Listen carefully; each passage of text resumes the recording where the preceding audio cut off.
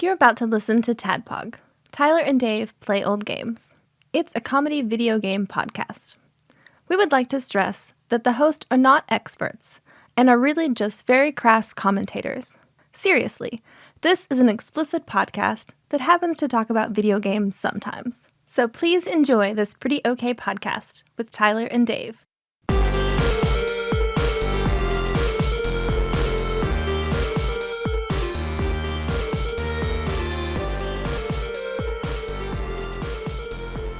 Hello, Internet. Welcome to another episode of TADPOG Podcast.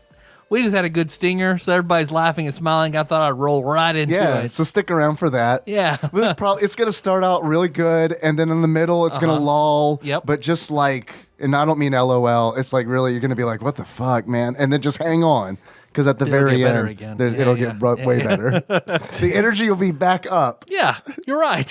Here's all right, I'm making a prediction of how this show is going to go. It's going to be a really big energy, and then we're going to start talking about Super Adventure Island 2, and then that energy is going to jump off a cliff. And then it's going to stay there for a minute, and then we're going to take calls, and it's going to go back up. Woohoo. So let's just not talk about Super Adventure Island 2. I'm okay with that. This is our first from this point forward, we're no longer talking about games. I wouldn't hate it. I wouldn't hate it either. I wouldn't hate it. Well, it would explain my constant fucking presence. Ian's back. Hey, Ian. Hey, how's it going? I live here now. This is actually my house now. I've been getting my mail here. That's fine. You have squatter's rights then. Yep. Yeah, it's fine. It's very comfortable in here. I do not blame you for living here. I just been... God bless mysterious benefactor. Yeah, for real. Yeah, no kidding. I'm going to just go ahead and say I'll probably be on a lot more.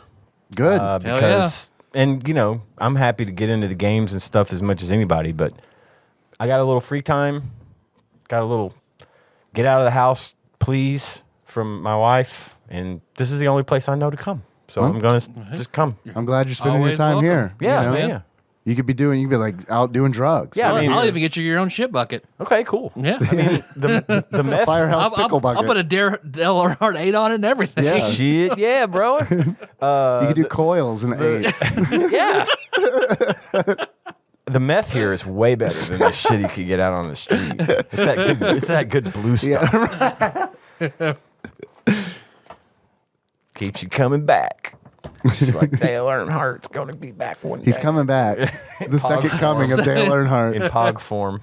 Yeah, Dale's back in pog form. That's great. I mean, he's already over in... Hey, Bart. At Mike Miller Park, where they have the NASCAR Christmas lights. They do have The NASCAR Christmas lights? I knew they did Christmas lights. At the very end, down in the big parking lot, they have a big racetrack with all the NASCAR and all the numbers, and there's one pulled over with an angel halo that is 8 Dale Earnhardt's car. dude, Not joking. That's hilarious. If I ever want to get like laid super easy, I'm going there and sporting this tattoo, and I'm absolutely saying, Yeah, I Dale don't Earnhardt want to ruin the stinger though. He don't have the only 8. It's a teaser. It's a teaser for the stinger. Man, that just makes me wish that like that had like, because you're saying like the end, there's the angel with the 8. I was hoping it was something like big lights that flash like God is a lie.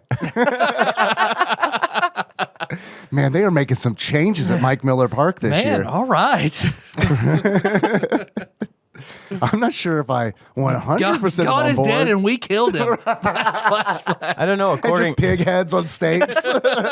According to the sign up the street at the church, it says the struggle is real and so is God. They're fighting back. Yeah, they are fighting back. Yeah, shots fired. Shit. Mike Miller Park. Mike Miller Park. Get your shit coming for you. together. Just kidding. Your shit's fine. What you guys been up to this week? That's a good question. Playing some Super Adventure Island 2, I guess. Yeah. I played some, not much, I guess is my answer, what I'm trying to get to. Yeah, not a whole lot. Just, maybe I can send a quick text message and see if there's something I can talk about. Well, I had an Like get old... permission. Yeah. Yeah, hold on. You guys go. I'll send a message. I had an old people moment sort of this morning. So it's time to like rewrite like you have to redo all the hospital policies for my department every 2 years. So that's due, and I put it off way too long. So now I'm doing just a shit ton of fucking boring ass, mundane office work, rewriting policies and redating policies and shit. So I'm just, and I've learned, like, I'll lead into more stuff, but I've watched a lot of games done quick YouTube videos. Yeah. Like all my favorite You've been sending me SNES messages, RPGs. yeah. Like there's cool shit that they can do. Yeah. That I was like, man, that's pretty Like fucking the cool. Super Mario RPG. Honestly, I think Yeah. that was the coolest thing, where you switch out characters when you're leveling up Yep. to like dictate what abilities characters. Yeah. That's very, very cool. That's like some Game Genie shit. Yeah, That's what and that then is. all the kind of shit that you see. And I watched, Chrono Trigger today that had a lot of very cool shit in it. Like how you can like normally you can't unequip your gear in Chrono Trigger, but there was they showed where you could buy multiple ones, and if you go fast enough on this one frame, you unequip gear so you have nothing in that slot. If you take all your gear away, well, I guess the number overflows to where you basically have 90% elemental reduction to everything but fire for some reason. So they do this in the beginning of the game, I'm assuming? They did it starting at right before they skipped Zombor on the bridge. Okay. Then they did it. Why wait? I wonder. I don't know. Okay. Yeah. Because they didn't really talk about it until suddenly They're doing they did it. Yeah. Maybe you have to buy a certain item in that item shop after that. I'm not sure. But I talk about all these interesting skips you can do by pressing pause and running in and out of doors really quickly. And kind of you can make where you can save anywhere. That's pretty interesting too. But besides, I've been watching a lot of those and doing office work. I'm just sitting there at my computer. So I'm watching Chrono Trigger, just setting absolutely normal. I've got a good chair, just typing, and my neck was suddenly like, fuck you. My neck just suddenly just cricked the fuck out. Like it's still super painful. Like I had lifted something super heavy, and it's just fucked up for no other reason than just like old people settling my muscles and bones. Yeah. So I haven't been able to find when I got up. So like I slept on it weird. I just my neck was like, we're not gonna do left today. We're done. Okay. Don't So worry, man. I just can't do it. It totally gets better the older you get. Yeah. Yeah, it really does. Yeah, I bitch as the youngest person here. Things definitely get better in that department. Especially if you're kind of sedentary and you don't get a lot of exercise and you kind of eat like shit. What's that like? Yeah. But none of us understand that. I'm the youngest, yet also the fattest guy here. So that's where I catch up real quick. I'm sorry about your neck. I hope it feels better soon. Thank you. It's very weird sitting right here because it really fucking hurts. It does look like I you're didn't do having to move anything. in a Yeah. totally different way to keep from turning your head. Would you like to lie down? We can rig up an elaborate Just set. hold it over me.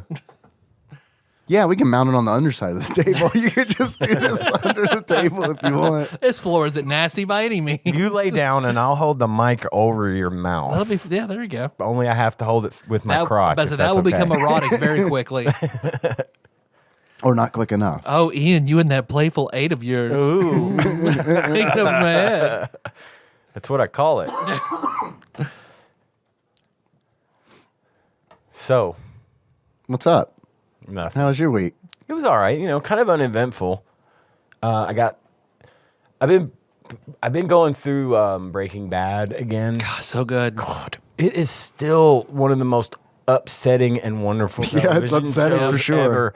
I'm on the final episode. I've been just watching I it. am the one who knocks Skylar out. God So almighty. good. That line and the part where he walks in and throws that thing down and blows that building just to make Yeah. a point, like Yep. you don't know who you're fucking with. We always talk about, my wife and I talk a lot about that show and the impact it had. Because at first when it came out, I didn't really care to watch it. And Gage, my oldest son, insisted, you have to fucking watch that. And we went without watching it for, until like the start of the 5th season. We didn't even begin until it had already been on for 4 seasons, Yeah. right? We went through and binged it. And I'm in tears by the end, just like, because we got season 5 as well, obviously, at that point. And it was nuts. But watching it the second time, you get it's a different experience to watch it all the way through a second time. because you get a totally different perspective on all the characters that you may have either liked or disliked. And for me, that flip-flopped. All the characters that I initially was, especially the ones you're supposed to dislike, like the bad guys, I tended to be sort of on their team this time around, and the good guys were Walter White was the problem all along, right? Oh, yeah. And That's why he's in the. You missed the point by idolizing them starter pack. Exactly. Walter White's typically on that meme. Exactly, and he's what you would call the Tyler anti-hero. Durden and Walter Tyler White. Durden, yeah, definitely. Exactly. He's what you call the anti-hero, and I knew that after we watched the show the first time. I was aware that he was a fucking terrible person. Right. I mean, And that's the point. it's the point. Yeah. But watching it from the very beginning with that knowledge, it is like rewatching Fight Club, where you sort of miss a lot of things that The you first time, didn't see yeah. the first time. So I've been binging through that, and what got me started. Damn, you're a brave dude. I can't. It's a hard one. Man, I we mean, fucking binged that and I stopped. Yeah. 'Cause I was like, this show makes me feel bad. It is bad. Oh, It is like Oz is the same way, man. I had to watch Oz in like We just watched- 2-episode chunks. I couldn't do more. We than finished stopped season Oz. 2 and then it was. yeah. man. But before that, I'll be a good boy, I promise. Yeah. before that, I had Scared committed. straight. I had committed to getting through Better Call Saul because I had started So it. also, so I've heard fucking that's really good. It's, I haven't watched to it. me, Better Call Yeah. Saul is actually a better show than Breaking Bad. I've heard other I people agree say with that you. too. I agree And with it's you. because it's not as hard to fucking watch, and you actually do because you know about It's a Saul better. Goodman. It's a better from character breakdown. Breaking yeah. Bad. You are rooting for Saul Goodman for Jimmy McGill, excuse me, Slippin' Jimmy. You're rooting for him from day one, and you continue to root for him because you want to see him succeed, even though you know exactly what happens to him already. Getting his backstory is really cool. And It there's shows a- at the beginning. It shows him working at the Cinnabon. yeah, and every season, at the beginning of every season, you get a little bit more of his present day, post Breaking Bad life, right? And there's still one season to come. It's coming out this year, and it's going to be the end of it. But you get the backstory for like the Salamancas and Gus Fring and all that stuff. And I went through that and got all the way as far as I could, which is to the end of season 4. Because Mike Armentrout was one of my favorite characters He's in heavy all of in television that show. history. He's Yeah. heavy in that show. Love And Mike Armentrout. I thought his end game was fucking awful. Yep. Again, Walter Yep. White, thanks a lot, motherfucker. Yep. But not to turn this into a Better Call Saul podcast, but Which is just fine. to say I got through it, and it just made me want to rewatch Breaking Bad. So that's pretty much all I've been doing this week, and then I've been anxiously awaiting tomorrow on Netflix. The Masters of the Universe starts, the new Masters of the Universe series on Netflix. The thing you said matches the shirt you're I'm wearing. wearing my Masters of the Universe shirt. I used to love that show when I was a kid, and I've been looking forward to this reboot. Who are all those characters? Because I'm not familiar with Masters of the Universe. So there's obviously He-Man. He-Man and Skeletor. So Skeletor is a Master of the Universe? Well, he's the bad guy. Oh, but he's standing next to He-Man like they're friends. Or the bad guys on the right And I and the think good that's guys on the just left? He-Man saying, I'm not scared of you. The opposite side of the coin. That's Tila. That's Orko. Tequila. That's Beast Man. Oh, yeah, I didn't see Yeah, okay. That's Manny Faces. I can't remember her name. Bird Girl. And then what's the name? I had it the other day. I named her Oh, God. this woman, the bad woman, Skeletor's Skeletor's lady? chick. Skeletina. Yeah. No. Well, no, I didn't come up with it. Tanya reminded me what it was. 'cause Oh, she I was used about to to say, is this the thing you said on the show? Is this a friendship no. test? Remember, I told you the name of Skeletor's girlfriend. What is it? His name is Trapjaw. This little guy up here. Okay. This guy is Who's like Ram Man. Who's that Lobster Johnson looking dude at the fuck are you? next to fucking Lockjaw or whatever? Trapjaw? This guy? No, the guy with the. This is great. I'm podcasting, by the way. The dude with the yellow. Oh, vest thing. Merman. His Merman. Is Merman? his name. Yep. Mhm. Lobster Johnson. I can't remember some of these, but yeah. Okay. Anyway. So Netflix is doing the Masters of the Universe? It's like it's called, I can't remember. Is it like She-Ra style? Well, I don't think, I think it's a little bit more adult oriented than the She-Ra cartoon that's been on, which I also kind of want to watch. Is Dolph Lundgren in this? No. Did I say that name It's correctly? animated, so Okay. no. Oh. I don't know unless they use his voice. Maybe they use his voice. Is he alive? He-Man. Yeah, he's alive. They should use his voice. They still use him in those Expendables movies. No shit. Yeah. Wow. Yeah. He's a good character in those movies. But It fits. it does. Yeah, it really fits does. based on his filmography. But anyway, yeah, they're bringing back Masters of the Universe tomorrow on Netflix. So Cool. I'm looking forward to that. That's it. A lot of TV for me this week, just in work, Yeah. which it's work. We've been watching. I've been watching much. Nikki and I have been watching Don't Toy With Me, Miss Nagatoro. So, like, that's been cool. It's a light anime that's like a romance anime, essentially about a high school BDSM relationship. Okay. Light. Yeah. So it's like when people were talking about it, I was like, holy shit, do you really want to watch this? Because like I've heard some shit, and we started watching it, and it's like, this is some tame ass bullshit, but it's still pretty entertaining. But yeah, it's still pretty entertaining because it gets like, it's got that like, it does have this wholesome quality. It's essentially about a girl that like antagonizes this sensitive guy, and it's like her friends are real shitty to him, but like she gets jealous whenever her friends give him shit. So it's kind of like it has a wholesome quality to it where it's like, yeah, she's real shitty to him, but you could tell that she really likes She him. likes him. Oh, so it's Melissa and I had just done our high school experience, but just animated.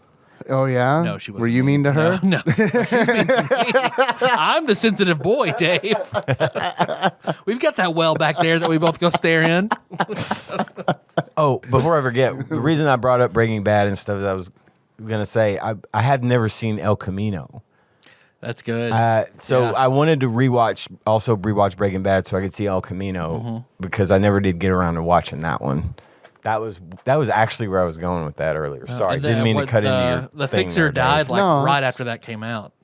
Say what now? The Fixer, the actor that plays the Oh, he died really? like right after it was done. Dang. Yeah. Oh, the vacuum cleaner Yeah. guy? Okay. Yeah, yeah. I need a part for my Hoover Model 12. Yeah, Yeah. okay. I got the go ahead. I'm looking for that come button in my butt. And Hell yeah. And man, I have not found it. Ian, You gotta get up I in went there. home and I told Nikki, I was like, I hope you don't mind. You said this on the show, No, so whatever. go But ahead. it was like Ian told me that like there's a button in there that makes you leak, and I fucking like really super want to leak. So let's find that fucking button. We looked for it. I didn't find it. But you know what? I feel like we're gonna. You got to Yeah. get you it got was okay otherwise still. Yeah, it was fine. I Okay. mean, it was fine. I mean, it was good. It was better than fine. It was good. I was just disappointed that we didn't find the button. I was like, I wanted to leak, Ian. It's your prostate. It's up there. Yeah. I promise. I know that it's up there because you got to get up in there. I mean, you got to want it. And I think she was a little more timid than. got a hook. You got to do the. She got to Do do the hook. finger hook thing. You gotta It's take up there. that your heel Not too much, not and like- tap her elbow. Get in there. Yeah, like a climbing python. Is it? Come on. Let's get the job done. Little hook. Yeah. Straight ahead. What is it? What does he say? Peter Pan. First star on the right, straight on till morning.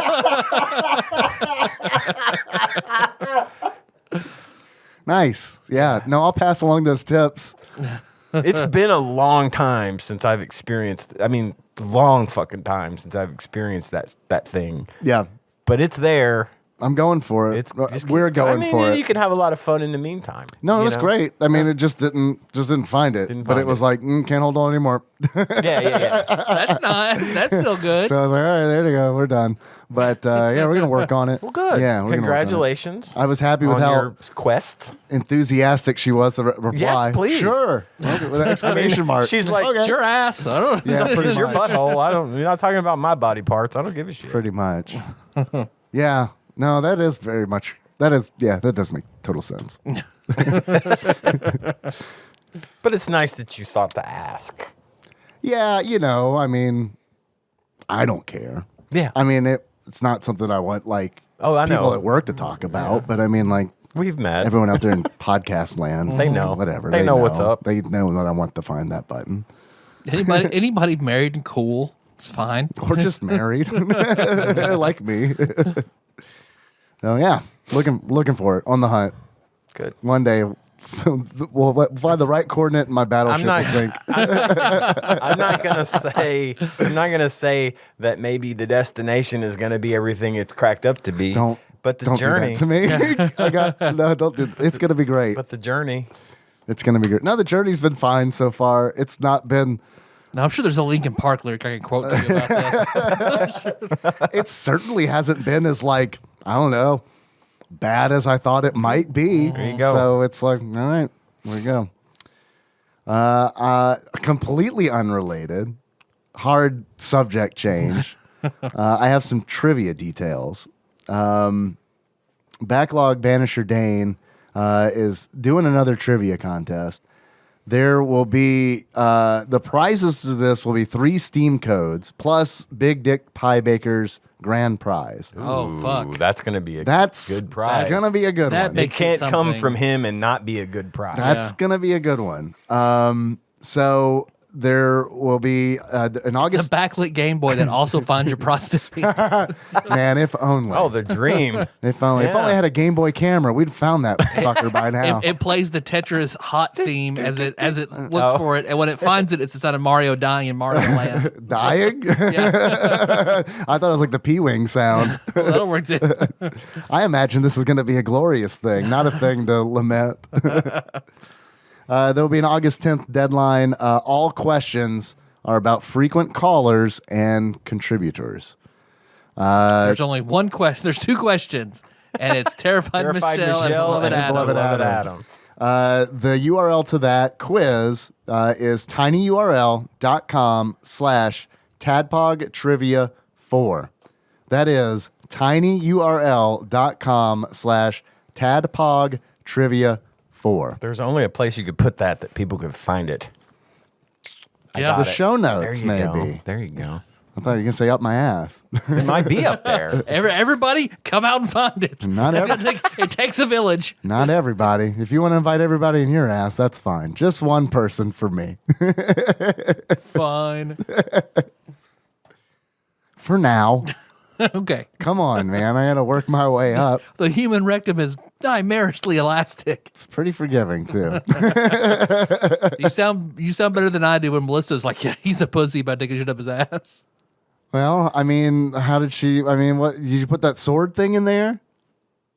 What was your when you were being a pussy about things going in your ass? Was it this butt sword that was going in there, or No. a finger, or I what? think it was everything. Everything. Well, Everything. no fucking wonder it hurt. Well, not You can't everything, put not everything in at there. once. Nightmarishly elastic. Yeah. We were putting that theory. Rubik's to the Cube. test. Yeah, just because Patton Oswalt said it doesn't mean you have to test it I'm out. gonna see if I can solve all the sides. Another hard subject change Yeah. because you mentioned Terrified Michelle. Did a little requesting of my oldest son today Yeah. to help out because Dave and I both being Both holding graphic. yeah. graphic design degrees. I'm gonna say graphic disease, which is pretty accurate, much fucking yeah. accurate at this point. are too lazy to fuck with it. It does feel like a disease at this point. We yeah. talked about doing a Terrified Michelle University T-shirt. Right. Go Cadavers.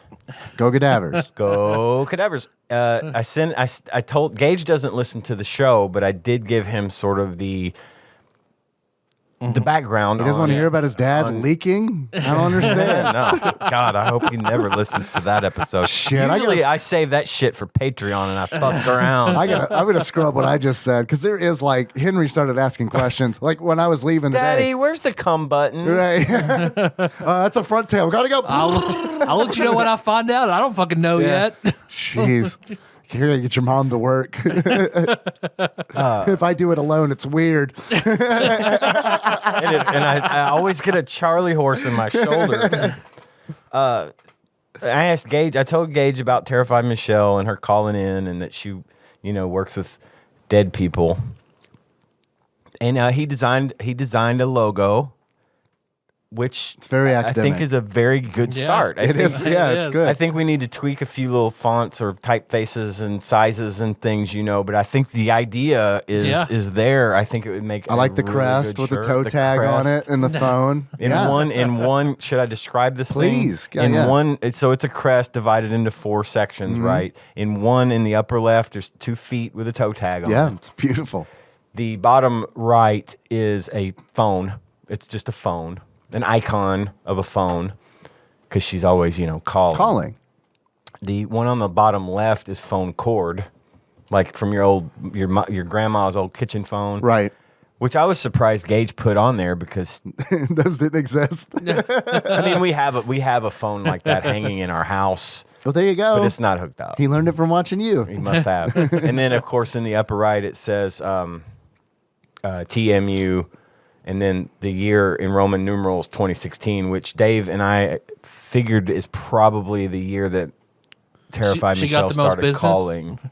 No, I think that might have been last year. I'm not. Might have been last year. I'm not positive. We think that's when she started calling. If Terrified Michelle, okay. if you can confirm the year that you started calling the show, Yeah. that would be helpful. I think you're right. 'Cause remember the first time we heard Terrified Michelle was when we were in the bedroom, the first bedroom. Henry's. I was bedroom, there yeah. for that. And Melissa and I got married in 2016. Oh, Yep. I see. I thought she called when we were recording in what's now Henry's bedroom, but maybe not. And it No, was the 'cause first time I because we actually laughed. Like, she remember sounds terrified. being there. I remember saying that, I yeah. think I might have been there on that episode because I remember Yeah. talking about her voice, and she said kismet. that's how she got it. So I listened to her first call because that's how I found it. I went through the Google Voice and I was like, "What's the most?" I just did a search Yeah, for her like area the code. oldest. It's like, "What's the oldest one?"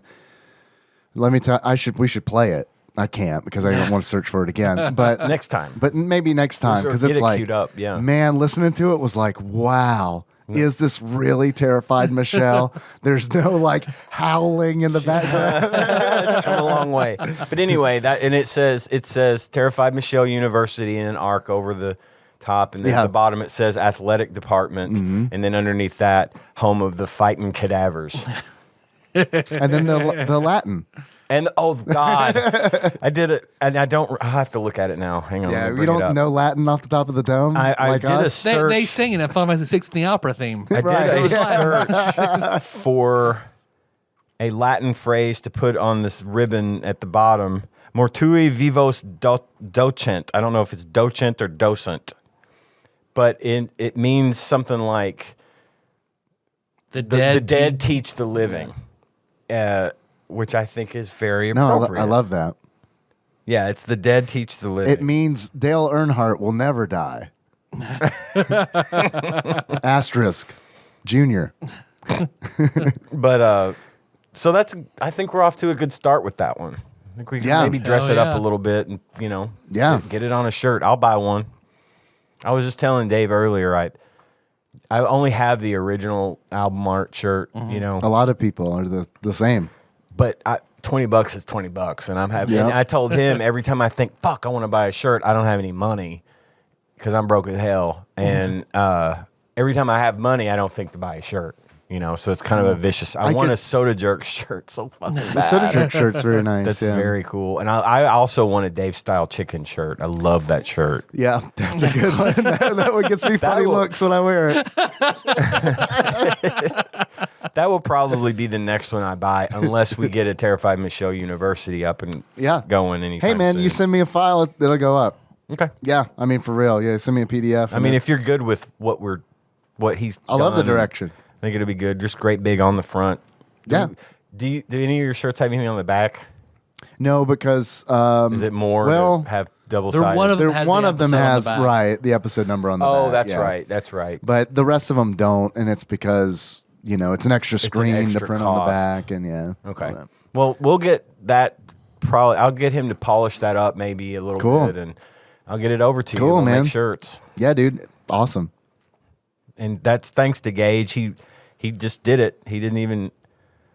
He's been working a lot on stuff just for fun, graphic design stuff. Yeah. He still likes it. What are Yeah, he's young enough where it doesn't. He works in the industry. He works.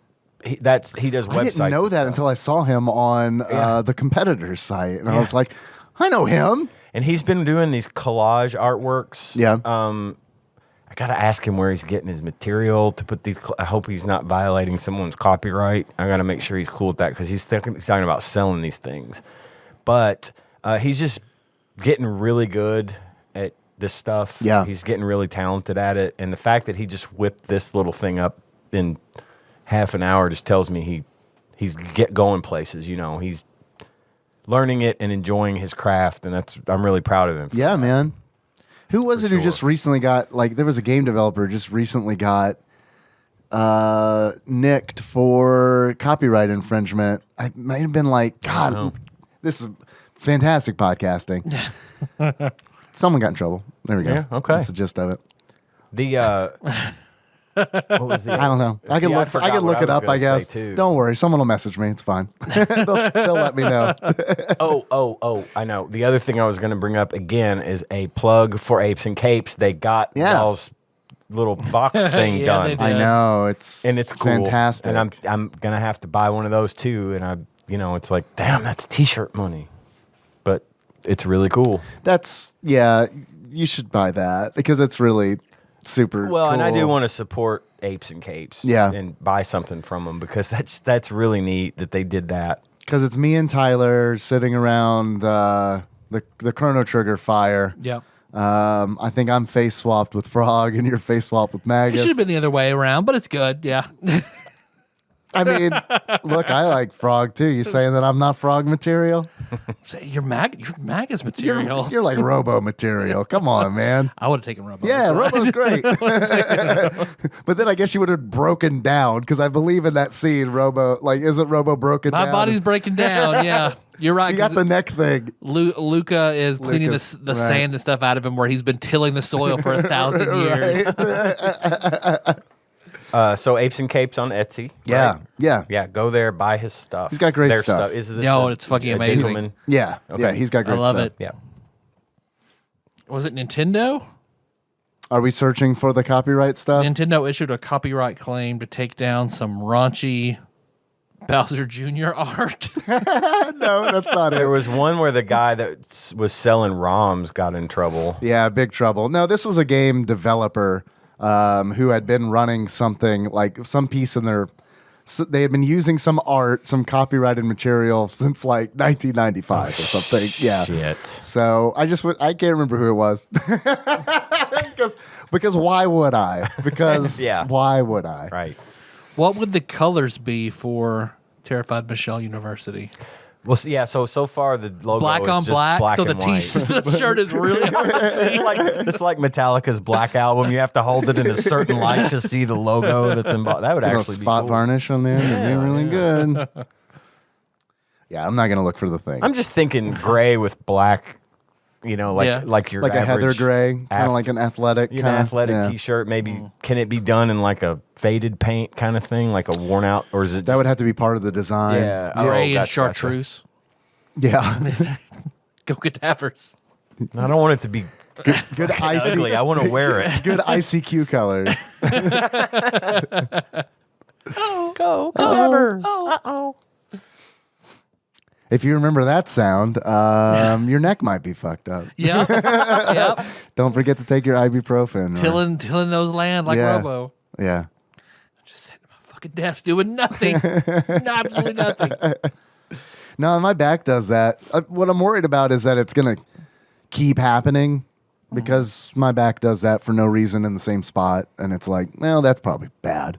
That's probably a bad sign for years to come. I remember John Turley, our friend, Captain Gun Nerd, who I actually asked if he could come out tonight, and he could not. So, hi, John. I'm going to tell a story Hi, John. about you. Listening to us probably This in a was- McDonald's drive-through right now. Let's say something probably- like frog pussy to embarrass him. He had just it hadn't been long that he started working at the company we both worked for. And this was probably 8-9 years ago. One day his back just stopped fucking working and he went down. And Shit. we were at a client site, if I remember correctly. I've never seen that man. He's tough. John's pretty tough. Yeah. And I've never seen him just drop. And he was just howling.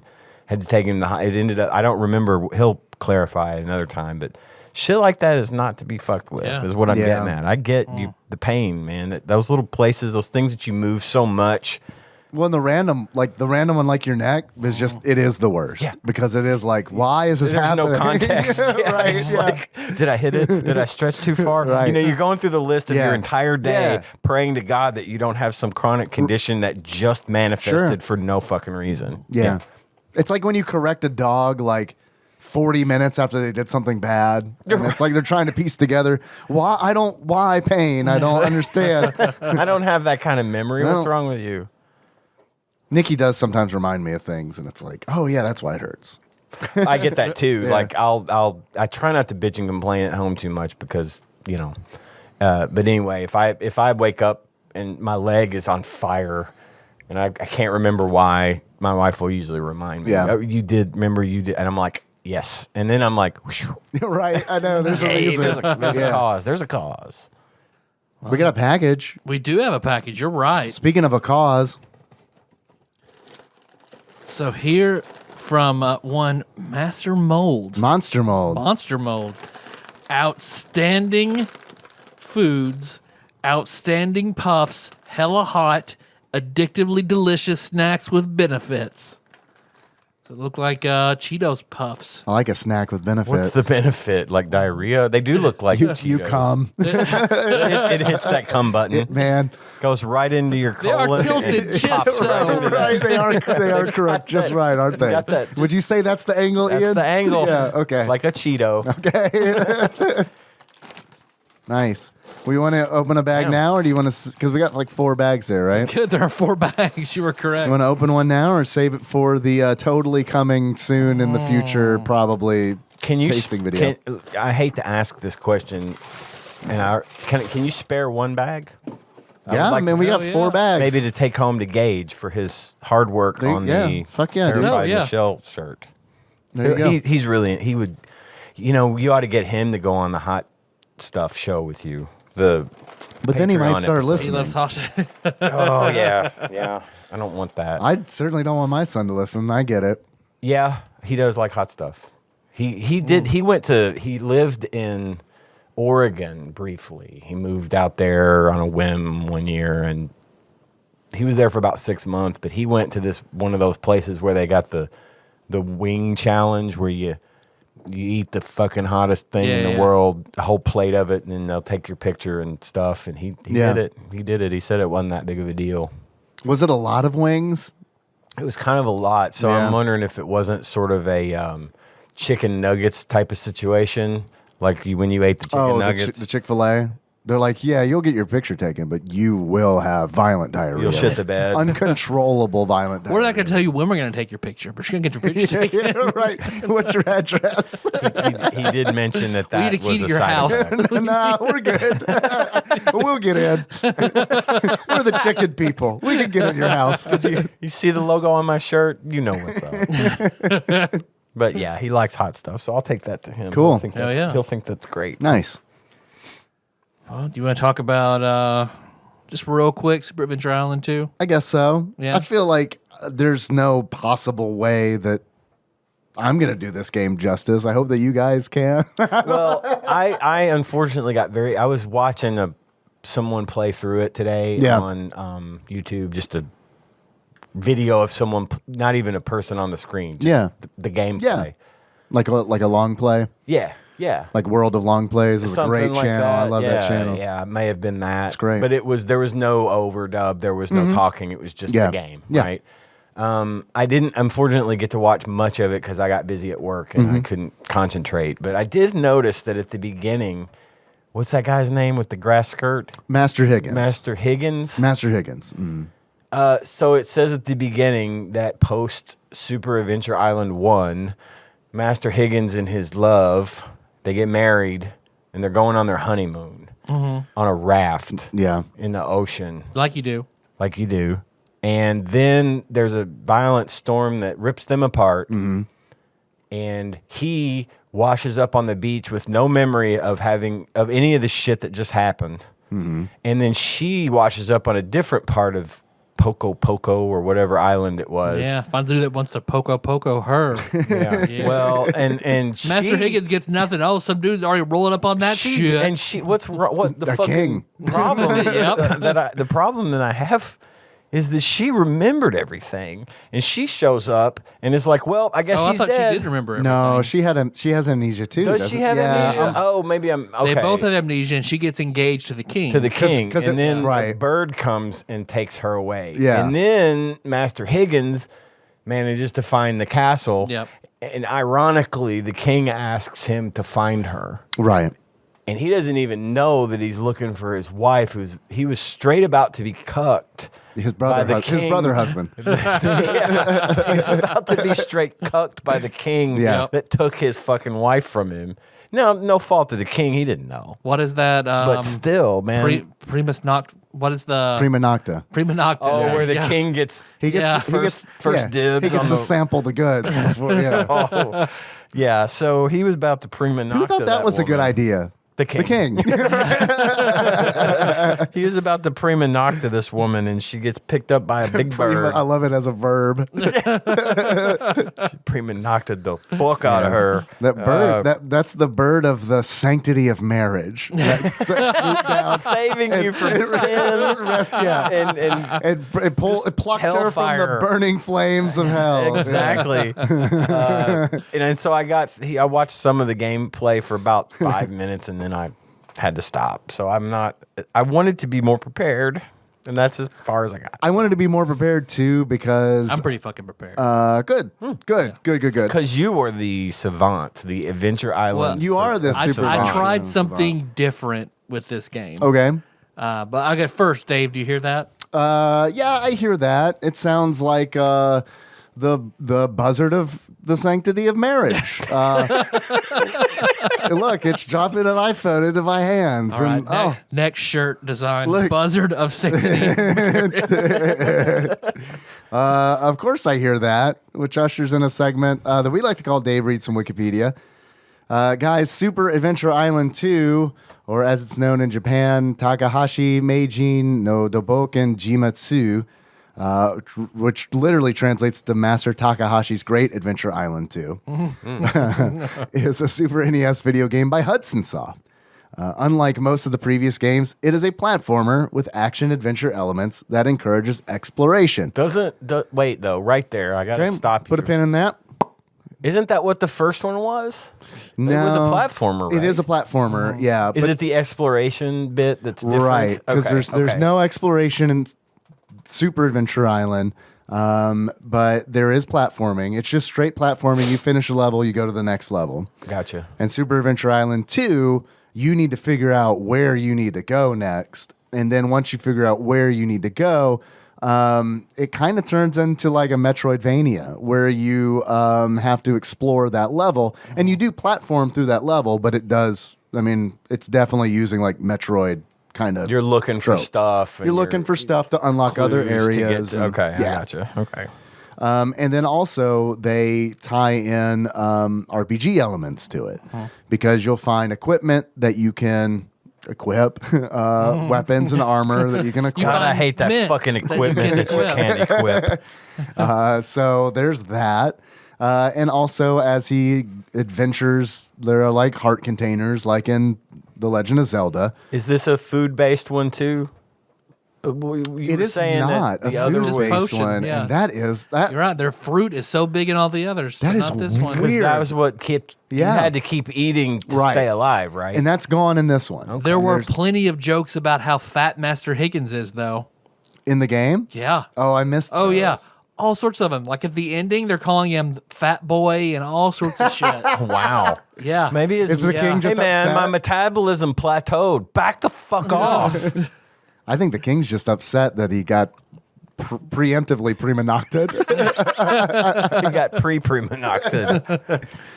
Let's see. This game encourages exploration similar to the later Wonder Boy games, and there was a Wonder Boy game that just came out recently that is kind of similar. I hear. I haven't played it, and that's pretty much it, man. There is not a lot. There's not a big Wikipedia article on this game. Though I played it. I made it to the third island, which is the Fire Island. And not that Fire Island, a different one. And I essentially couldn't get past the boss. I streamed it, and then it's like I got to the Fire Island, and then like later I was like, okay, I need to finish the stream. I'm going to finish this game later because I'm really enjoying it. I want to play more of it. And then when I went back to it last night, I got to the boss of that stage, which was a turtle, Gamera, essentially, because I mean he even comes flying in like with jets out of his turtle sockets, like Gamera does, and does the whole spinny deals. Except I haven't watched a lot of Gamera. Does he spit smaller turtles out of his mouth, or is this explicitly Super Adventure Island 2? I can't answer that. It sounds pretty specific. I don't know. But anyway, I got to that boss and like could not figure out how to beat it. Like I must have been like I fought him at least 4 times and was like, this is taking forever. I'm doing something wrong. And I was like, if I keep doing this, I need to switch from the flame sword, which I had, to like the ice sword or something. Yep. Yeah, that makes sense. It takes 10 passes to beat him with the fire sword and like 3 with the ice sword. I would have been able to do it with the ice sword, but lost your wood. Didn't think. Yeah, unfortunately, didn't think to do it. So, leading to me earlier mentioned how many of games done quickly I've been watching. There is a games done quickly for this game where somebody beats this in like 48 minutes. I did look up the speedrun time on it, and I saw a task for like 41 minutes, which I mean, it's fucking impressive. But I saw you play it on Sunday, and there were a lot of moments like, where the fuck am I going? Because there's very little indication. The maps are very kind of bland. You're just going from one name that ends in an A and has, it repeats. Puka Waka Waka, Weenie Weenie Island. Right. Like, and it's all just, I mean, there's like a winter one, but they're all just. They're different biomes. Yeah. But it's all like, and you can just walk into rooms that are empty and then you're not sure what you're supposed to do. So I was like, okay, well, Dave dealt with that. I did read the instruction manual, and sorry to interrupt you, but that totally helps a lot. Because like if you went into this blind without reading the instruction manual, you would have a bad time. Yeah. Because nothing in the game is explained to you. Nope. You can talk to the king, and the king will like give you a hint. Like he'll tell you, the king will be like, all right, you need to find this island. And then like you can go to the innkeeper and pay 100 gold and sleep. And when you sleep, Tina, your wife, shows up in a dream and essentially gives you a hint. So you got like those 2 things to like work with. Yep. Outside of that, like the empty rooms with the springs and stuff, and it's just like, if I didn't have the manual, it would have been like, I have zero clue what the fuck's going on here. So what I did was I played it on my phone, and I tried to follow the speed run and just scum the fucking shit out of it to follow the speed run and get through as much of this game as I could without having to get confused and frustrated. And they were talking, of course, giving commentary as we went. Yeah. I got pretty far doing that. It took me fucking forever because the basic platforming I get.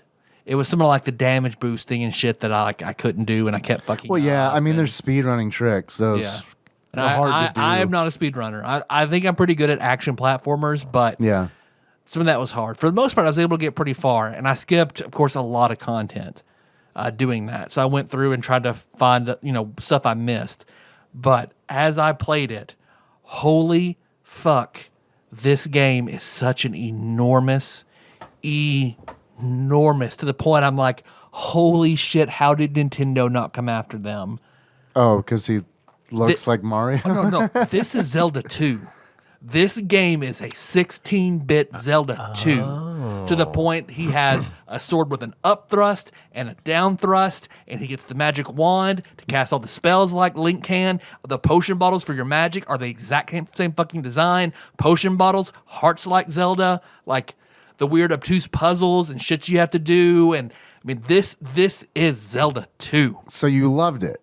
I liked it, but I got frustrated with the fact they just stole shit from Zelda 2. I see. So heavily handed. Well, Master Higgins looks the most like Mario that he has ever Mario'd. And Luigi. In this game. If you there's green armor you can get where he looks just like Luigi. Because I feel like it steals This game it's based as Zelda 2 with a hodgepodge of a bunch of different games on it. Yeah. So, I mean, I like it. I had fun with this.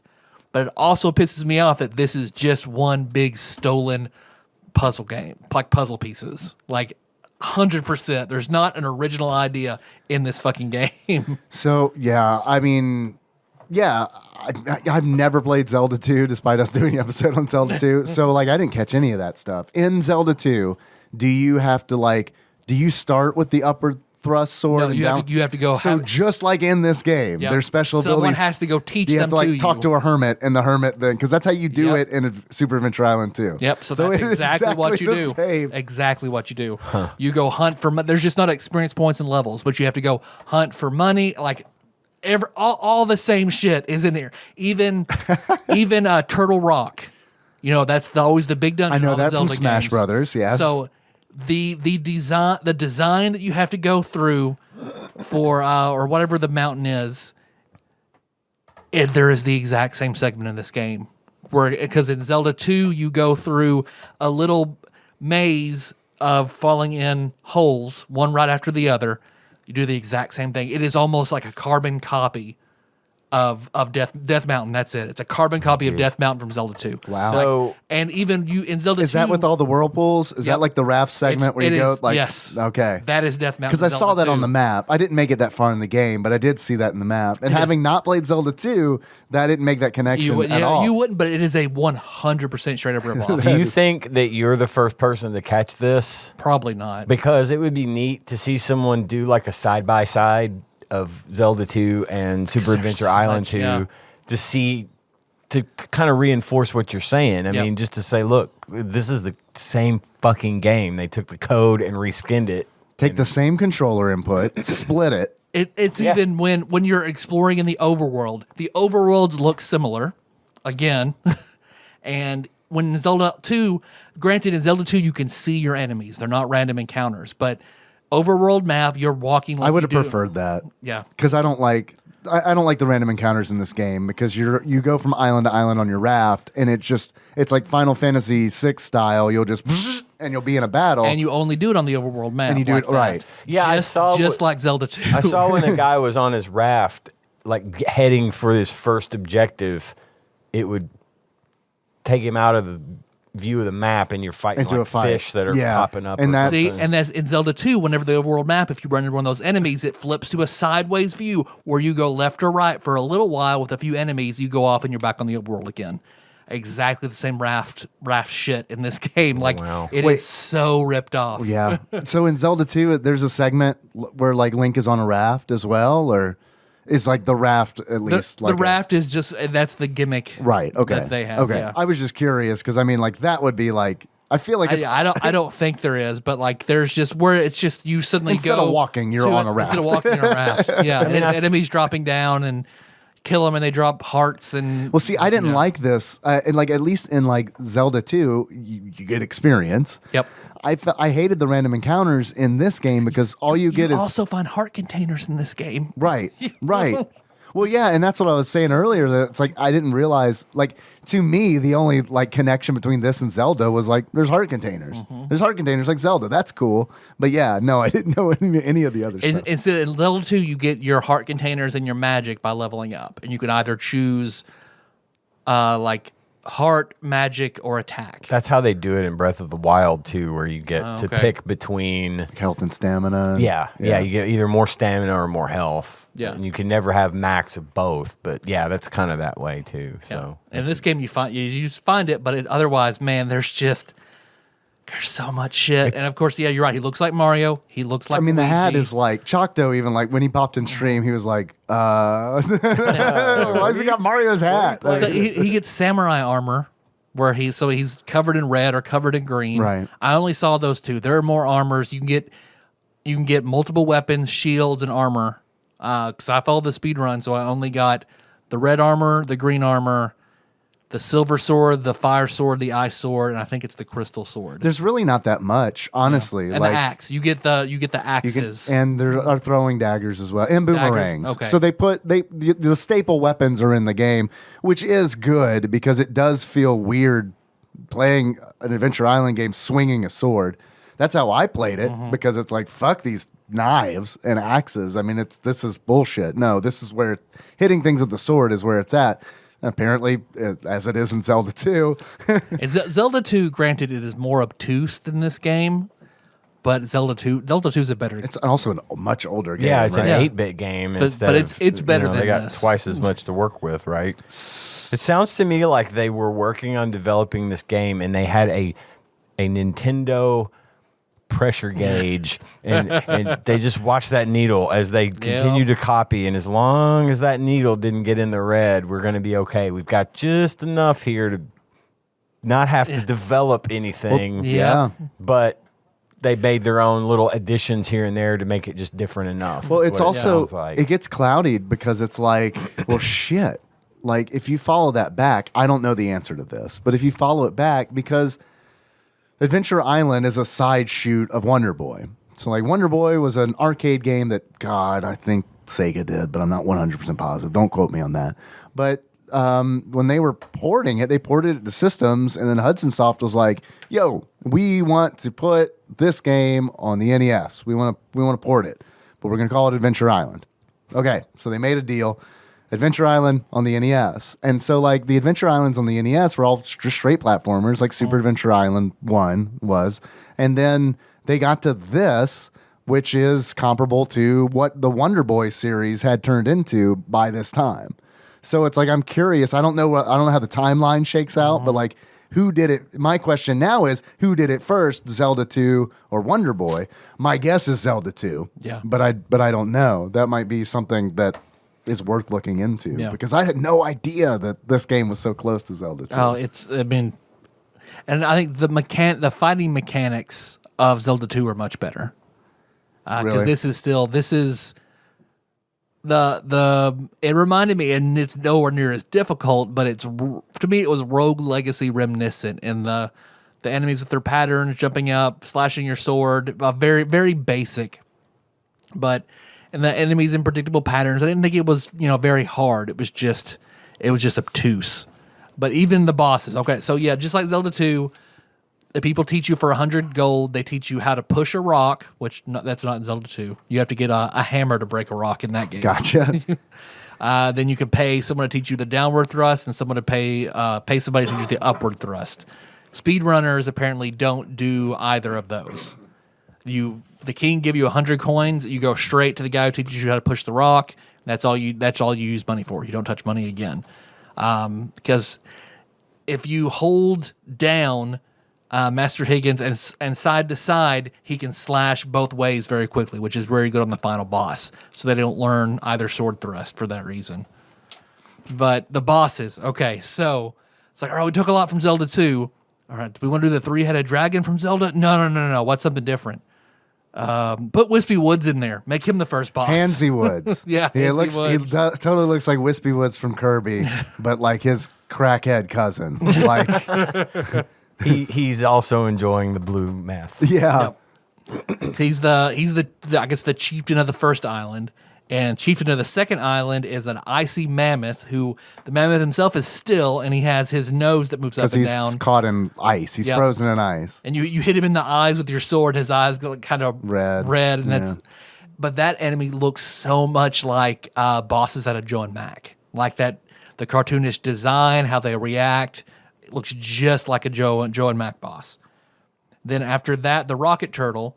I've never played this game, but people on GDQ kept saying how this was a ripoff of a boss you fight on the way to Dr. Wily's castle in Mega Man 7. Like, exactly the way he turns the rockets and throws his babies at you. Like, it is 100% taken from Mega Man 7. There's the octopus, which I don't remember finding him when it's sort of like the octopus, but he has one tentacle out, and then his body, and you hit the tentacle, and his sort of head comes up so you can hit his eyes and he's vulnerable. So that's the trick where you press down and side to side so you're constantly hitting the tentacle so his defenses stay up and you just mow through him. Then there's a mummy. The mummy looks just like a Castlevania boss because it's just a mummy that floats down that you just pepper with your weapon until it's gone. An eagle who functions just like Storm Eagle in Mega Man X. Is this the Buzzard of the Sanctity of Marriage, or is this a different Is this a different avian raptor? I don't know. It's a good question. It probably is, and of course, it also throws his babies at you. Of course, that's a trope. Yeah. And then the last one, the boss. In his first form, he looks like Agenham from Link to the Past. So he just throws. He has these orbs that float around him. You have to jump between and just hit him. And then in his second form, it's weird. You have to go to the moon and you fight this eye with a scorpion tail on the moon. Like you do. Yep.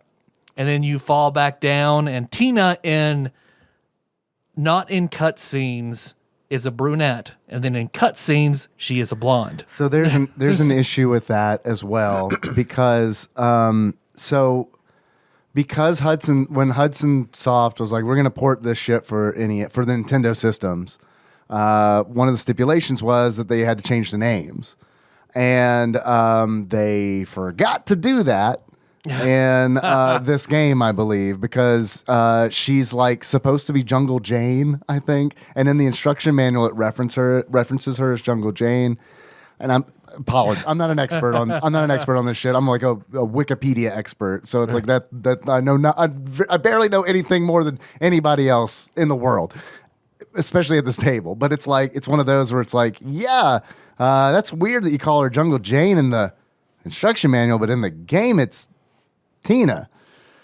So, and then they try to backtrack and be like, Jungle Jane's like her sister. Because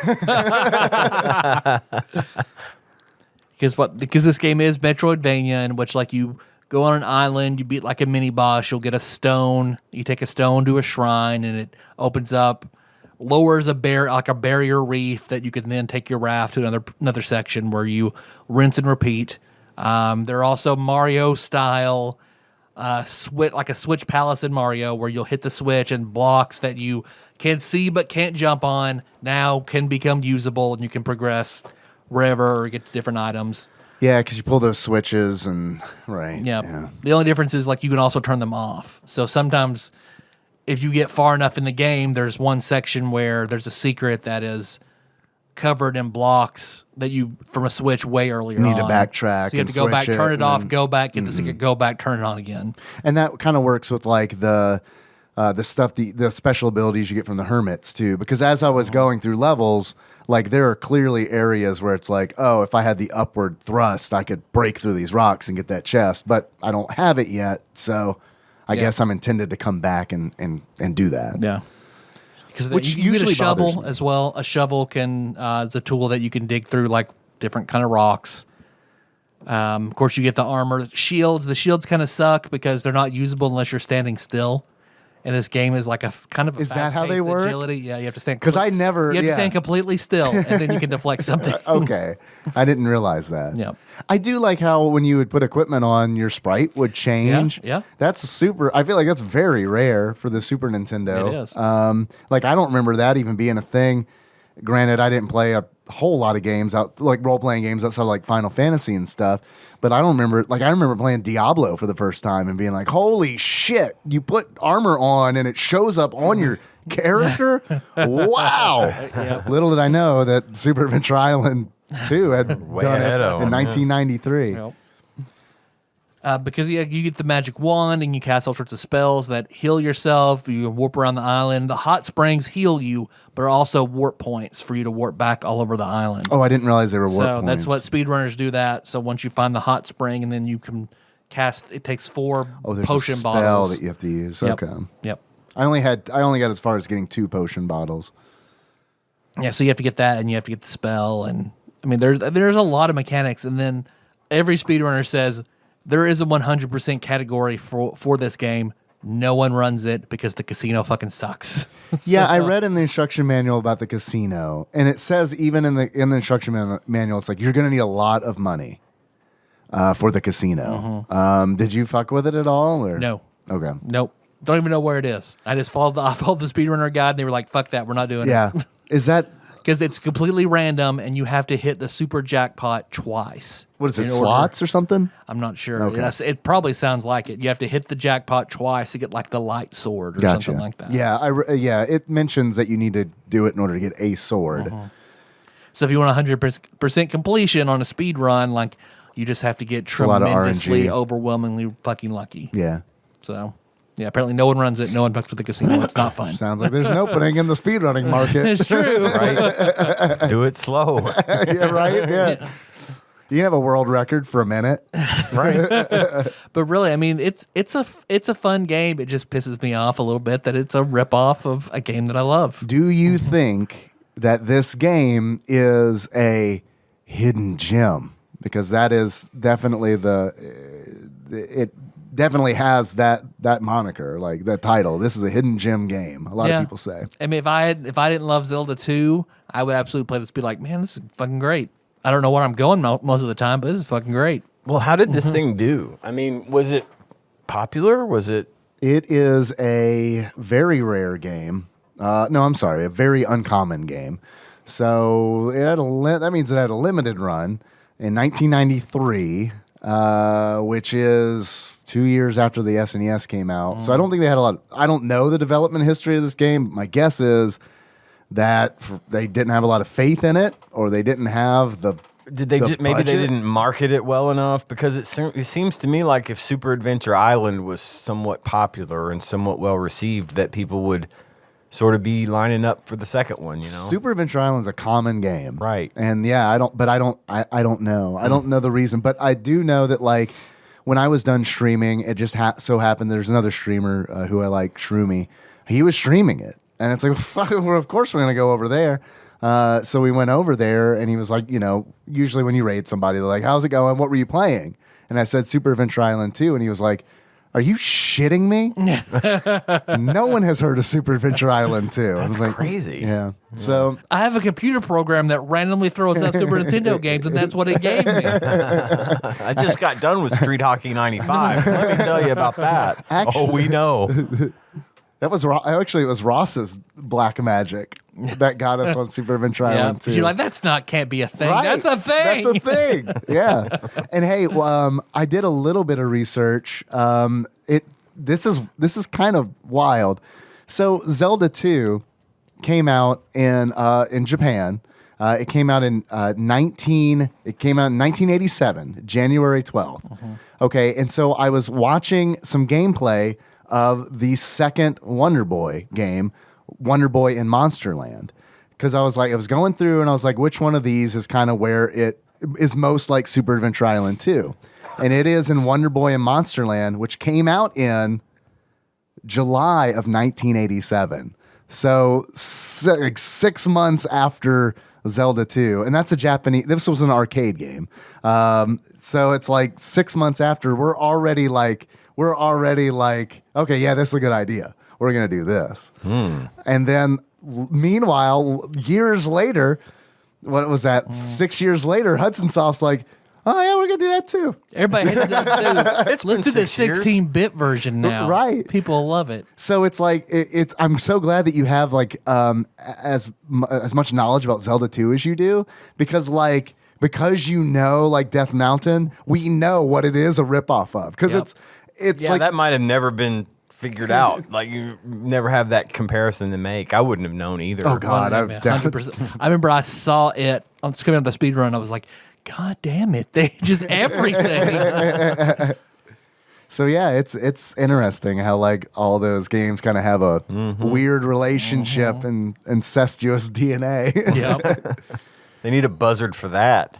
Yeah. We got the holiday armadillo, the buzzard of the sanctity of marriage, and the buzzard of what'd you say? Incestuous video game DNA. I'm afraid that buzzard might get elected into office. So let's not make that do buzzard. that. Let's not do that. COVID's a lie. Oh shit. That's what it screams as it flies down. It's the vulture of denial. Jesus Christ. It snatches the masks off of people. the four horsemen of the apocalypse. Don't be a cock. Snatch masks off of people. I liked Super Adventure Island too. I thought it was a nice game. I like the music. Yeah. I had it on my nice headphones when I was listening to it on my phone, and it had really neat tunes, little, good stuff to have going in the background. Yeah, it slapped. really slow. I liked it. It bopped. I liked. Slaps buses. Yeah, man, wow. Shit. I thought it looked really good too. The sprites are very pretty. It was a good-looking it's game, too. colorful. It is a good-looking game.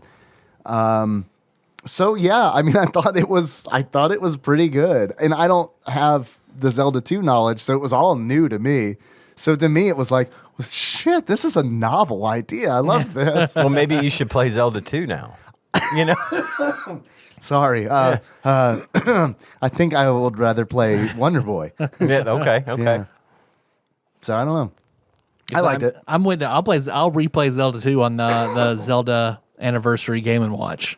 Oh, yeah, that's right. yeah. I never played that one. I never could get it. I was just a real big fan I had to of the go first step by one. step on a guide. Yeah. You have to. It's so fucking obtuse. Okay, And it there is. are It's- translation errors that almost make it unplayable. Well, it's really hard to follow. it's tough. But Castlevania 2 style. yeah. I thought Yeah, that the it was- graveyard duck. Yeah. I just thought it was really difficult to make the transition from the original Legend of Zelda to that. Oh, yeah. And, you know, I was pumped. And then I think I rented it. And I was like, I don't even know what I'm the supposed to fuck is fucking do this? here. Yeah. So, yeah, I never did play it. Because you don't go into a dungeon and it say world, level 2, level 3, like Right.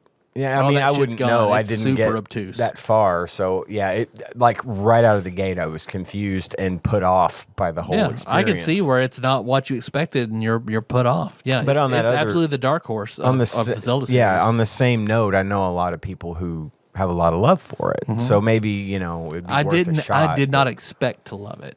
Yeah. I figured it would be because whenever I was like, I want to beat all the Zeldas, so I sat down and I beat the original. I was like, fuck, man, that was great. I still will sit down and play the shit out of the original. Still so fucking good. It's a great game. And they're talking about with the 35th anniversary, they just re-released Skyward Sword on the Switch. I was thinking about. Yeah, getting it. I don't think I'm gonna get it. I never played it on the Wii. I didn't play it because I missed didn't want to it do too. motion I controls. didn't want to do the motion. There's a way now you can play it without motion control, which adds to it for me. But really, what I'm looking for, and I'm hoping that the rumors are true for Zelda, that they're gonna do a thing like they did with the Super Mario 3D All Stars. There's talk about a Zelda one coming with probably Ocarina, which I mean, I don't know that I'll play through that one for the 5th time, but Wind Waker, which to me, besides Breath of the Wild, Wind Waker is my favorite Zelda. I love that cell shading. I love that. It's timeless. It's fucking wonderful. It is. It's lighthearted. It's got that neat music and those neat new sound effects, which carry over into some of the modern Zelda games as well. And then Twilight Princess, which I did play, but I broke it. Like I don't know if it was me or if there was a glitch in the game that I discovered. I got to a point in that game where I absolutely could not progress any farther. There was nothing. I had done everything I needed to do up to this point because I know I was because I had the book, which I gave to you, which is in there. Right there on my shelf. And I could not progress. You soft locked it? I did. I went back and was like, did I not do this thing or this one place to progress through I had done everything possible, and I checked my work, and it would not let me go through. And I was like 2/3 of the way through this monster, and I was Great. like out. That's fun. I checked out. I'd never played it again. I don't blame you. So if they do that, I'm going to be excited because I want to play Twilight Princess and actually try to beat it because I enjoyed the game. I just Didn't enjoy getting stuck. right. Yeah. And the other thing about Wind Waker was another little bit of a trigger for me because I am that collector guy. I like to get the stuff, like Banjo-Kazooie was a great game to me, right? But You're dead to me, Ian. Yeah. Yeah, well, I've said that before, and you said that then, I think. And here I sit. Yeah, clearly my priorities are not in order. So Friends above video game opinions. What the fuck is wrong with me? Tanya and I played Wind Waker together, and I may have mentioned this before. We played it together, and I had the book I like buying guidebooks. I think those Yeah, are fun, no, I and I like like them to because I'm not the greatest at figuring things out, and I like to progress through kind of quickly. So I'll have the guidebook. We don't have time to fuck around for 3 days on being stuck. Yeah. Well, this was when Wind Waker was on the GameCube, and this wasn't the HD re-release for the Wii U. This was the GameCube version. She had the guidebook and walked me through stuff as I played. Oh, that's and cool. when I beat the game, there's a thing in there that you can do where if you go through and take pictures of the monsters, the different monsters, you can take those pictures to a guy who will make a little statue of the monster for you, and then you put them in a place, and they're all, you collect them. And so we were going through and finding all the treasure in the ocean and all that stuff. Had all the map marked off where we were going and all that good stuff. And my youngest son Miles deleted my game. Oh no! Because we had put it down and hadn't been playing it for a little while. We were going to get back to it. We just stopped for a little while. And Miles had the GameCube in his room, and he blew away my save. Oh, and God. I was so fucking mad. Oh my God. I wish he'd have wrecked my car. I at least I have insurance for that, right? But of course, back then, no cloud saves, none of that shit. It was gone, and of course, and Tanya was just as disappointed as I was. Yeah. So we just. She invested time in that too. She invested a lot of time in that with me, and she hadn't done it since. I mean, I think that just went off the table when the possibility that everything we've done up to this point could be just gone, quickly deleted. Yep. So anyway, I didn't mean to go off on a Zelda tangent there. But No, man, you're all good. I'm excited for that possibility that we're going to get those games. That'd be very nice. Having Wind Waker on my Switch would be, oh my God, exciting. Yeah. I would love to have that. Because I went on a Zelda binge because I did 1, 2. I'd already beaten Link to the Past a billion times. Link's Awakening. Then I went. That one was good. I played the remake. I played the remake of that for the first time on Switch, and I really liked it. It was. I haven't played the remake yet. It's a good game. I stayed away from it just because it's. I don't know. It's identical, but it's beautiful. It's so. If it had been cheaper, I definitely would have bought it because it's like, I played the original so much that I knew that I wouldn't like the new one as much. Like it was already in my mind that it's like it's impossible. I didn't like it as much as the Game Boy, probably just because of nostalgia, but it still was very, very good. Sure. I still very good. much I'm glad to it. hear that it was good. It was. But I know the nostalgia. It's too heavy. I couldn't. That was the first game I remember staying up 24 hours and playing. There's no way a new version was going to beat that. You know what I mean? No, you're not. I definitely wouldn't see you getting that level of excitement, or drive to play it now. But it still was a really, really good game. Good. I enjoyed it. I've heard it was good, and it looked really good. I did watch some streams of it here and there, and it looked really good. No, I went through that one, and I don't know that I'll play it again, but I did enjoy that experience a lot. That was fun. Seeing an Oracle of Seasons and Oracle of Ages. What's the one on the DS where you flip through the pictures, where you can Link Between Worlds? I started that on the DS. That was fucking good. It is so much fun. I got rid of my DS and stuff, so I never finished it. But that one was, that's another one that I would really love to see. Now, neither of you guys have brought up Phantom Hourglass or Spirit Tracks. I'm getting there. I have beaten both of those. Wow. I love Phantom Hourglass. Phantom Hourglass was very good. Is that the one where you got 4 links? That's 4 Swords. Okay, I played that one. I have not beaten 4 Swords. I beat 4 Swords. That was let's fun. get 3 more Game Boys. Let's play. Let's fucking do it. Get a GameCube link cable. We can fucking do it. I mean, look, I got all that. I don't have 3 other Game Boys, but I can provide some shit. You mean to tell me that Game Boy you got from him isn't Wi-Fi and Bluetooth? I didn't even ask. I probably is. I should. It's probably a hidden feature that I bet he'll never find this. But I remember playing Oracle of Seasons and Ages and being like, this looks like Link's Awakening, but it does not feel the same. This is like I can feel the corporate money structure and not the heart that was in You can feel some the of those- the I Capcom. can feel like between you buying a pie at the store and your mother making you a pie. Like I feel the love is not in it. Well, isn't it weird? Isn't it different developers though? Yeah. Okay. Capcom Yeah. did those too. Okay, gotcha. And they were fun, but I was like, man, more Link's Awakening. How No, fucking no. weird is that Nintendo got so fucking fast and loose with that franchise, Of where all it's like things, they Capcom, wouldn't let go the of fucking CDI. I mean, like, what the fuck are you doing? Nintendo? Same like Metroid. No, Ninja Theory. Go ahead. Metroid Other M. Do it Well, for us. And the thing is, with wild. like Mario, it's like the only time they really let go of that franchise is for a sports game. Another developer, Right. but even Hotel then, Mario for the CDI. But even God, even then, it's a little still follows a certain Sure. set of guidelines. That's their versus- bread and butter. Yeah, Yeah, it I really mean, is. that's- I mean, like, and you know, they don't they let go of it for that, but for you'd think they'd be that way with Zelda too, as Yeah. well. I should say, just to say, you know, Especially after Super Adventure Island 2. Fuck this shit. nope, never again. Maybe that's why they're very uncommon. Maybe Nintendo was like, nope, too much like Zelda 2. Oh man, there's a cartridge shortage. Sorry. we just can't put our seal of approval on this. Yeah. We ran out of the stickers. Because then I played Minish Cap. That was for Game Boy Advance. Never played that very, one. Very Heard good. that was a good game. Very good. Then for DS, then I did Phantom Hourglass. I played Spirit Tracks. That was my slog. I did not. I like really Spirit did not like Tracks. Spirit Tracks. I didn't like Phantom Hourglass Fuck either, but me.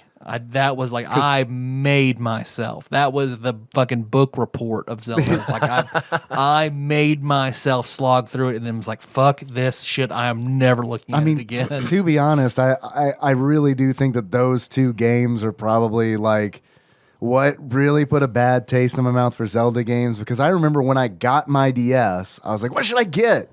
Zelda games. And I got both of them. And I remember playing Spirit Tracks, Phantom Hourglass first, and be like, I'm not really feeling this. Let me try the Spirit Tracks game. And then I was like, fuck Spirit these Tracks is games. so bad. And I just put them in the case and just like set them aside. I don't know where they are now. Yep. I might have traded them in for, I don't know, anything. Yeah, just please take this off my hands. Well, see, I got it both for free on my R4, so it's probably why I didn't feel as bad You didn't about feel it. the $80 sting that I felt. Yeah. Okay. And then Link Between Worlds, which I loved, my progress came to a grinding fucking halt with Majora's Mask. Could not make myself keep playing that I game. hated that game. Hate I Majora's hated Mask. Majora's Mask so much, and that part of that is because I do not like feeling pressured to solve problems in a specific amount of time. I get that a lot of games have. I just think that while it was kind of brilliantly conceived of, where the moon is, crashing and all that, and you have to keep doing it, it got frustrating for me so quick. I could not do it. I just couldn't do it. And I thought, that wasn't there in Ocarina. Ocarina was just it was a Zelda game, right? It Right. just was.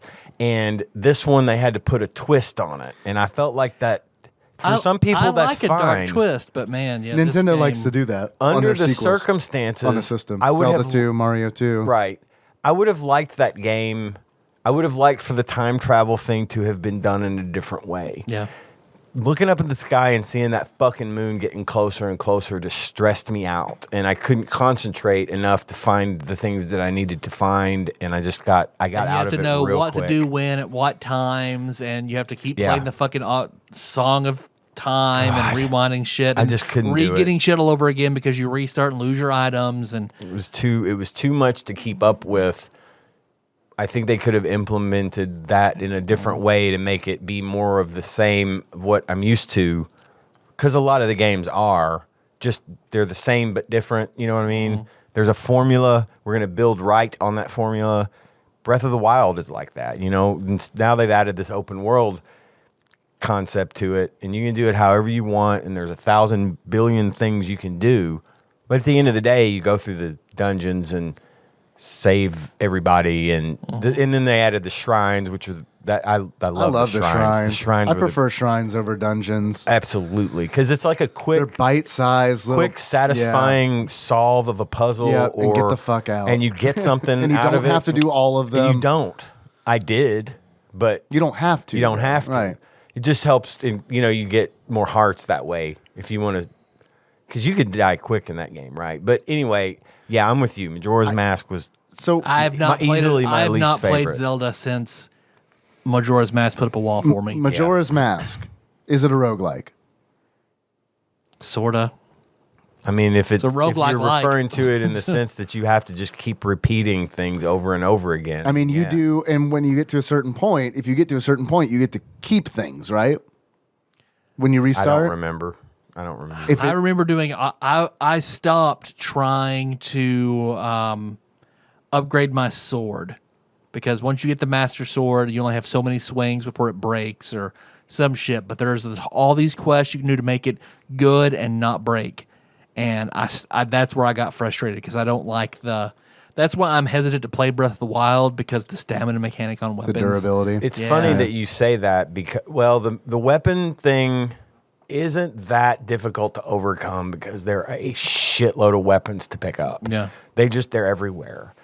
Yes, it's frustrating to be in the middle of a battle and have your sword break, and you've got to make sure you've got the right amount of swords and the right amount of shields, and as you've got to get these Korok seeds to increase your inventory so that you can carry more of these items. yeah. Because at first you can only carry like 5 swords and 5 shields, And for every so many Korok seeds that you find and turn into the guy in the Deku village or whatever I think is what it's called, you get more storage and you can carry them.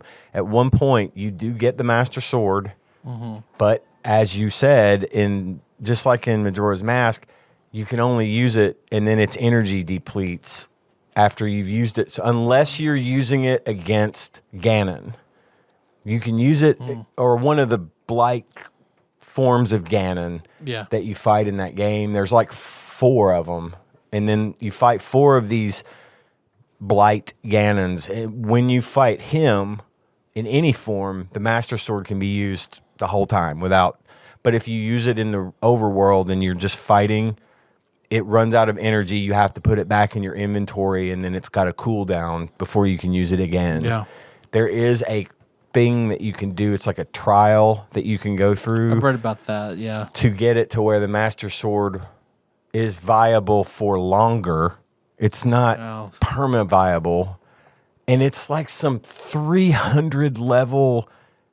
Like it's this. I tried it. You start out with nothing, and you have to find and use stuff. So like the very first weapon in the first trial that you can use is a stick, and I got about 10 to 15 levels into that, and I'm like, this is not fucking worth it. Yeah. So, but that's what I was getting at, was that the Master Sword is limited in this game as well, and except for when you really need it. At the very least, they give it to you at its full potential when you're fighting a boss. Yeah. Like a Ganon-esque boss. But I just think it kind of sucks that you can't use it as much as you want in the overworld. I like weapon. Yeah, I muted because I had to go fucking cough my fucking lungs out. I'm still dealing with. I feel like much better, but it's like I still have a cough, and it's Damn. super annoying.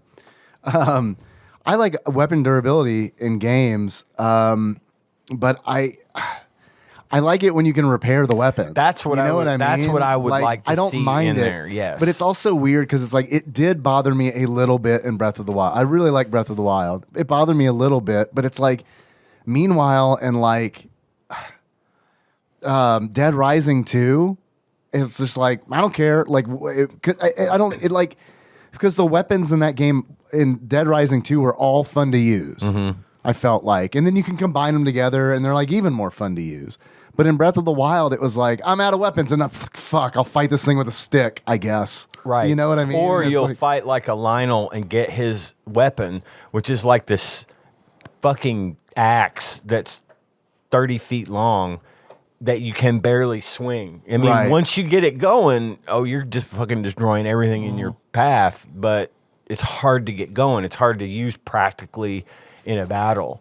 And that's where I get frustrated. But I would find this like perfect balance of weapons that did right, as far as fighting goes. This is a good bow. This is a good sword. The shield is nice.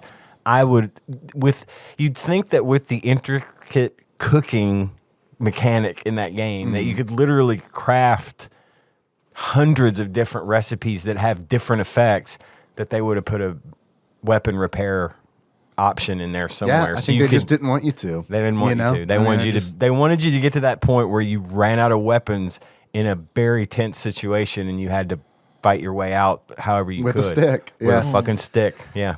Because I'd always like roll up on like a moblin camp or something, and then it was just like there's just so many of them. I can't They outnumber my weapon durability. I'm gonna go through 4 fucking weapons killing these fucking moblins. One thing I learned about those moblins, because they're tough. They can be tough, and you get them from above. You get on a cliff above them and drop bombs down on them and throw rocks at them and shit, and just try to kill as many of them from afar as you can, and it doesn't cost you anything. And then you go down and just mop up the rest, But it's not always like that. Sometimes you're just chilling, and suddenly there's 8 of these motherfuckers coming at you, and they're like white with black stripes, like the high level ones, right? That are hard to kill. Yeah, and then you're fucked. You go through all your swords and shit, and you were on your way to something, right? Yeah, I was geared up to go do this. Now I've got fucking nothing, and I've got to go restock. Yeah, it sucks. Anyway, welcome to the Breath of the Wild podcast, everyone. Do you have any achievements for Super Adventure Island 2? I have a few that came in from Twitch chat. First achievement, Island Fozzie's Place. In order to unlock Island Fozzie's Place, your pretty wife, Tina, survives her captivity on Waku Waku despite repeated jokes about poo-poo platters. That came in from Mappy 1984. And the next achievement I have is... you got any more of them apples? In order to unlock, you got any more of them apples? You beat Wispy Woods' crackhead neighbor, and that came in from Gamebug Prime Date. So thanks, y'all. I appreciate those Chivos. Do you guys have any? I do not. I do. I have 2. I've got my first one is Sean McElwain of Super Metroid fame, and you unlock that by not going to the casino. Because if you know anything about Sean McElwain, he absolutely, under any circumstances, will never gamble or take a bet or do anything ever like that. Anything ever. Do anything ever related to gambling. Okay. He won't do it in D&D. He won't do it in a video game. He's like, nope, don't gamble. Don't do it. Nope. Mm-mm. Okay. And then, of course, you have the opposite. You unlock correspondent Laura Ammons by getting everything in the casino, because I've watched her Does she love to gamble? A lot. Yeah. Especially her favorite is roulette, which I've never heard anybody say is their favorite. I don't know. Roulette I found through playing, God, what was it? Not Super Caesar's Palace, because we haven't done that Vegas one yet. Stakes? Vegas Stakes, Yeah. thank you. From playing Vegas Stakes, a lot of people like roulette because... You got a 50-50 shot at doubling your money. And you can game it, essentially. Like, people like to game it. So because I was with you, man, I was like, who the fuck likes roulette? Turns out a lot of people like roulette. My dad never fucked with it, but like my dad would like go to the riverboat, the casino, and play craps. And like he would come. I remember being a child and being like, Father, I'd like to place a bet, and giving him like $5 and gamble with this, because he'd always come home with fucking money because he knew how to play the odds. Craps. Yeah, I mean, so it's like sometimes he wouldn't come home with a lot, but I mean, he knew enough to like not lose his ass, kind of deal. Well, I always wished I could play craps. I never understood the game. Jesus Christ. When I got older, he's like, come on, let's go. And it's like, okay. And for like 2 minutes, I was like, nah, fuck no. I don't get this. No, I'm going to go play Texas Hold'em. You have fun. Yeah. I've watched Time Lord Josh Edwards be up so much, so high in Texas Hold'em when we went on that cruise. Fuck, he was so far ahead.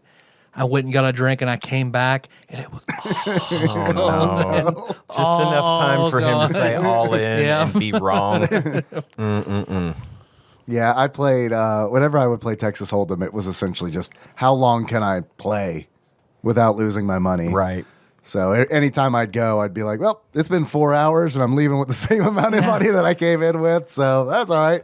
Killed 4 hours. I've never done much gambling. Of course, when I worked at the casino, I worked there for 10 years. When you work there, you're not allowed to gamble. You can't That makes there. sense. I could see why they I could go to policy. another casino and gamble, but not at mine. And then I took Tanya to Vegas 1 year, and I didn't gamble. I was just around it so much. It didn't really have any. I know who's winning. In other words, Right, sure. But she sat down and played blackjack, and of course I helped. And there was this other guy sitting on the other side of her who was helping her. Helping her. He was flirting with her big time. But he helped her to the tune of about $800. So we won $800 that night and was like, okay, thanks, bye. And then I played some slot machines just because I wanted to.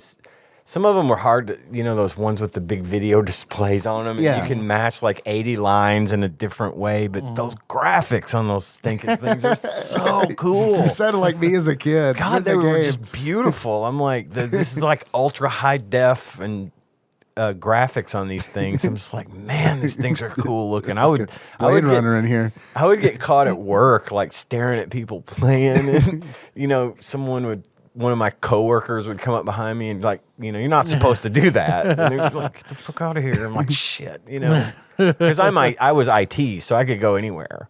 And I was always out I would work midnights. I'd go out on the floor and just watch people play and win. And one lady won. There's a game called Caribbean Stud. It's Super Adventure Island 3. Yeah, there you go. Caribbean Stud. No, that's Caribbean Cuck. Okay. He plays the I king. thought that was the second one. Anyway, I can't remember the way the game was played. It's like poker, but it's not poker. But anyway, if you buy in, Go fish. you get the same type of hands as you get in poker, So if you get a royal flush and you paid ahead of time and bought into the jackpot, you win something like $32,000. A lot of money. It's a lot of money. It's a hell of a payout. Depending on that bank just progressively builds up and up and Until up. somebody wins it. Until someone wins it. And this one night, this one lady won, right? And I was up on the floor and then the fucking house just went down. It was just, people were screaming. But the only person in the room that was pissed about it was the woman who won. Because, and I was talking to the people that were cashing her out in the cage, when you win a significant amount of money at the casino, cut off. you have to fill out a tax form. When she filled out that tax form, that automatically made her income for the year 10 times what, it was her income times 2. She went to a new bracket. No more welfare. She was on welfare and got mad because she won enough money to keep her from having to be on welfare. The state wouldn't pay her welfare. And it's like, wait a minute. You were on welfare and you're here? Enjoy your winnings, man. She tried to get him to not make her fill out it's the law. Right. They got cops that will come. Did she eventually do it, or did she fuck it? Yeah, she took the money. Yeah. She took it, but she was mad because she knew that money was going to ruin her free money that she'd been getting. Same difference, right? It is really, but I don't know. If you're on that welfare, maybe don't go to the casino. I don't know. None of my business. Yeah, None of my business. Well, you're right. Then you don't want to win. So why are you doing it? You guys have any idea how much Super Adventure Island 2 for the SNES runs you loose? Oh, I had one more achievement. Oh, I'm sorry. I thought you had 2. I forgot I had a third one called Dwarven Defender. You unlock Dwarven Defender by blocking 50 things with your shield, just like the Dwarven Defender class were in D&D, where you have to just stand Block still. 50 things. Yeah, you do have to stand still. Yeah, I forgot about that. That's funny. Unless you're level 10, you can move 5 feet. That's all I got then. How much y'all think this game is? Well, based on what you told me, It's very uncommon. very uncommon. I did give you a hint. And a lot of people, you said you encountered people that were like, holy shit, you've also heard of this game? Because no one's heard of this game. I'm going to say it's pretty high. Okay. What dollar value would you put on pretty high? If you were to put it, I mean, I'd probably go into the very high territory. Okay. Considering that most of these tend to run in the, anywhere from $3 to $30 or whatever. I'm gonna say $100. $100. Mm-hmm. All right, Tyler, what do you think? My gut check went $45. $45. Guys, actual retail value of Super Adventure Island 2 loose on average for the Super Nintendo, according to PriceCharting.com at the time of this recording, is $100. Add 12 and then 59 cents. $112.59. Wow, I was close. You were very close. It's really heartbreaking a thing about price charting. It's super neat that you can go back and see how much games were. Like, I don't know. Let's say when this podcast started, about $25. Wow. Yep. So I mean, really, my logic didn't really apply here. This was everybody's collecting games logic. This one steadily went up.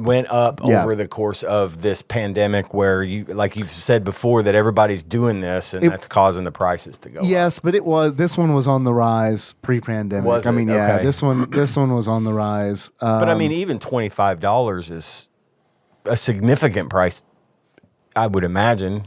Wouldn't you? I mean, at the the time, for sure, yeah, just because it wasn't as, I guess, the collecting wasn't Without, as hot then. I'm referring to it in terms of being without the mitigating circumstances. Sure.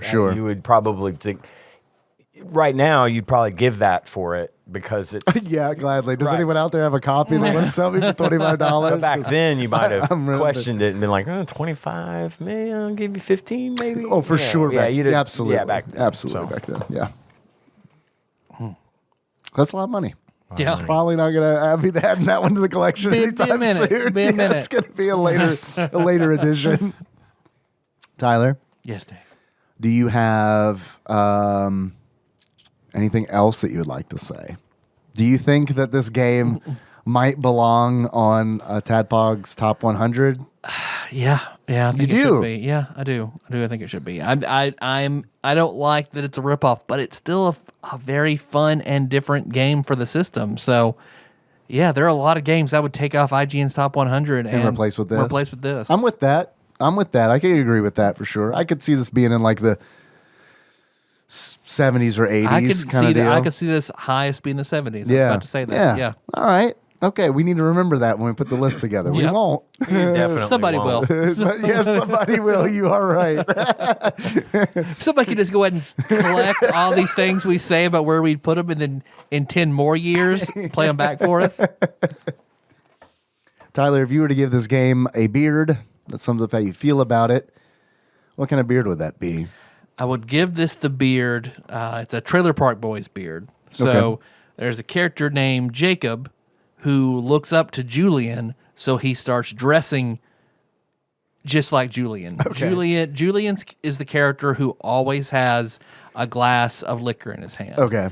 In every scene throughout the entire series, however long it's been on, you don't see Julian without. And I had the kind of glass in my house of liquor in his hand. He wears jeans, a black t-shirt, and has the liquor glass. And he has a goatee. So I give it the goatee of Jacob pretending to be Julian from Trailer Park Boys. Because Master Higgins is pretending to be Zelda or Link and or Mario. Yep. All right, gotcha. Tyler, Yes, Dave. if you were to give this game a pair of glasses, sums up how you feel about it. The rockin' shades of Mike Jones from Start Mike Ropics, Jones. All right. which is also very similar to Zelda. Hit me up on the low because Mike Jones about to blow. Nice. Okay. Yeah, for sure, man. Start Tropics is always Start Ropics is the the tropical Zelda. Yep. So it totally tracks. I love it. This is also the tropical Zelda. Yeah. Anything else you like to say about Super Adventure Island 2 before we get on our raft and go somewhere else? Yeah, let's get on this raft. All right, get on the raft. I have a quiz that came in from one Ross Rachel Green across the pond. Do you remember the Tom Sawyer video game for NES? I remember seeing it. I don't think I've ever played it. I used to rent that one. Was there a fence painting? I don't remember that. There might have been. I remember a raft segment, which is why I brought it up, because I mean that was always like that was the exciting bit. Was the raft segment. Tom Sawyer for the NES. Check it out. It's not that good, but I liked it as a kid. Did they just call him Jim? I think that would be. Yeah, I don't know. Honestly, I don't know. I don't know what they called him. Yep. Probably not. It was the 80s. Let's be honest. I'm totally prepared. I got this quiz. Don't worry. Hell yeah. Don't worry. It's fine. I know you do. It's I fine. love how you build this dramatic tension. It's always so good. It's always great. It's really good. Did you ever get that file from Ross? I did. He wants me to play it real bad. Okay. He wants me to play it real bad. So maybe instead of voicemails, maybe we can play Ross's call or his intro. He swears there's nothing racist in it. Okay. That's just what a racist would say. I mean, it is definitely what a racist would say. You're not wrong. I'm not racist, but I'm going to leave TADPOG a 2-hour voicemail. just like that one at the nursing home that I used to work at. I worked with the guy who was trying his best to be Guy Fieri, like had the same tattoos, Like dyed his Julian. hair the same way. Yeah, exactly. And he came up to me one day. He's like, "Okay, I don't hate gay people or nothing, But but let me tell you this joke, Jesus. guys." how about no? Oh, Jason got him out of there so fucking quickly. But mainly because of the Guy Fieri stuff. Yeah, the Guy Fieri stuff, and I'm actually in the same boat as Jason whenever they're chefs in the kitchen who talk shit about baking. It ruffles my feathers People too. talk shit about baking? Yeah, a lot of Isn't a baking lot of like people, really hard to do? Yeah, and people will talk. People who just solely want to focus on culinary. A lot of them will talk shit about baking. Why? I don't know. They think it's dumb. They think it's inferior. They're like, no, I like I don't do that bacon shit. Let me ask you a question. This is going to sound ridiculous, but do they think that it is feminine compared to They might. the rest of it? They might. Because that's always kind of the vibe that I get from like, I remember like even watching sitcoms when I was a kid, and it was like Women always be baking. women stuff. be baking. Yeah. Yeah. Men be grilling, women be baking. Yep. They might. That might be what it is. But it's still. I mean, baking. Baking is hard. As opposed to masculine and feminine, I compare it to culinary is sorcery and baking is wizardry. So define culinary. Is that anything that's not baking, or like you're preparing food that's not The savory, like Meats and meats, vegetables, and you don't. I mean, you have a rough measurement, but you don't really have to stick as when you go to the gram in baking. right? Yeah, baking's fucking and it's basically hard. the same 10 ingredients in different amounts, which is to just give you everything fascinating. in baking. Yeah, We've been watching that show Crime Scene Kitchen. Have you heard of this thing? It's this baking competition show on Fox. It just wrapped its season finale. We last murdered a night. man and put him somewhere in this kitchen. You have 10 seconds to find him. Well, it's something like that. No, these teams would there's a kitchen that they've set up with all these clues as to this mystery dessert that's been baked, and the teams got to go through the kitchen and look at what was left behind and try to replicate the dessert. Huh. And Jesus, some of the stuff they put out there, I've never even heard of. Some of these, baked. It's all baking, and it was just like stuff that I can't even imagine someone inventing, much less making again, because it's just so precise. Yeah. You just really don't realize how I mean, you fuck it perfect just a little You make bit. one fucking mistake, and your whole dish It's is done. just done. Yep. It's out, ruined. It's much harder. So I guess they might not think it's as fun because it's not like spontaneous big fires and Well, then big just don't knives do and it. shit. Then just don't do it. That's why when Dalton was asking me about him getting a job in a kitchen, I was Yeah. like, "Do not talk shit about baking." I would never. Good, don't. Yeah, it's hard. It looks hard. The title of this quiz at Rawson and ties in a little bit to what we were just talking about. All right. The title is Hot and Sour. Hey, Hey, it's the best soup at Chong's. Yeah, I haven't had the hot and sour soup. I may need to try that. I usually it's get actually I usually get the really egg good. drop or the wonton. hot and sour is where it's at. Okay, all right. I learned something here tonight. I'm going to try Very it. delicious. Ross begins, if there is one thing the British know how to do, it's complain about the weather. So here it goes. It's bastard hot. It's been in the 80s Fahrenheit all week. I can find. Thank you, Ross, for no that escape. conversion. Yeah, man, because if you would have Celsius, we would not have known what to God, do you live on Venus? What the fuck? It's 233 degrees Fahrenheit. do. But a better story than that is this one. I like sour sweets, or candy, if you are wrong. Sour sweets are usually not that sour. There might be a tinge of sour that quickly subsides, but I was looking for something with a bit more oomph than that. Warheads. Warheads are good. Yeah, warheads are good. I like warheads. I do dig on the sour. Me too. Unless it's one of those fucking Trolleys are plums. really good. Them little. Oh damn!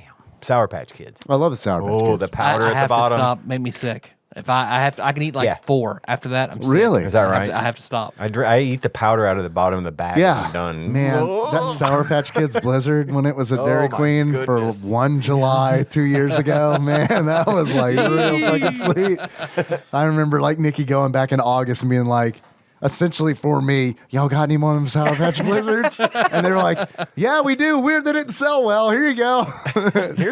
We'll give you 3. I wish everybody could see that every time you do that, you scratch your neck like Yeah. Tyrone Bacon Yeah. stuff. Every time. It's built in. Yeah.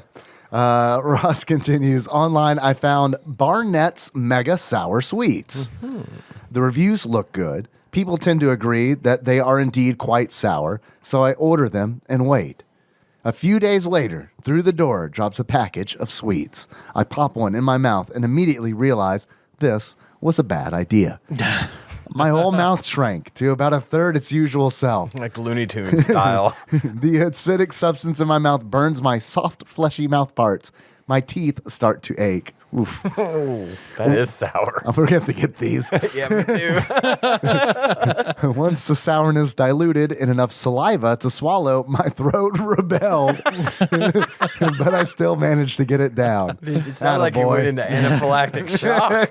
Good boy. Get it down. It's training. You're not wrong. If you can do this. You're not wrong. After that, the rest of the sweet was really nice. Having them in a bowl at work with a label simply stating "fuck your face." Shockingly, it's still full. Anyway, SNES games. First question. The protagonist of the game is a boy named Clayton, whose scientist father has developed a serum that can transform people into animals.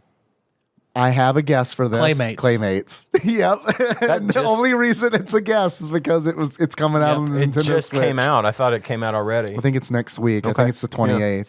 I'm not familiar with it, but Locking it in. It is Claymates. Yep. Next episode? Well, Mean Girls next episode, right? Our Mean Girls conspiracy theory episode. Well, I sent you that message saying, hey, you want to man, go and do it now? the only time these 3 games are going to be hot that's is true. literally right now.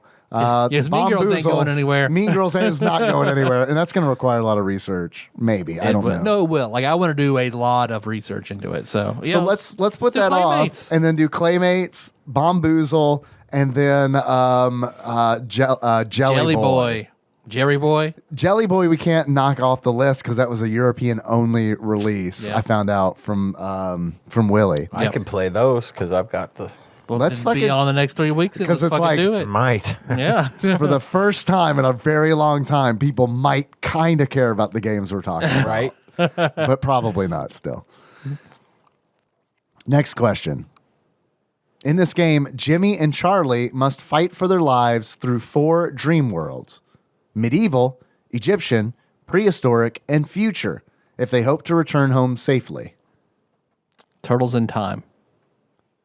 Jimmy and Charlie, the 2 missing turtles, The 5th turtle. the 5th and 6th turtle. 5th, 6th turtle. Jimmy Dean and Charlie Sheen, the two missing turtles. I mean, it might as well be. I have no idea I what don't it know is. either. Ian, Is there I got nothing. No, I'm sorry. Is there like a sounds like an advert game almost?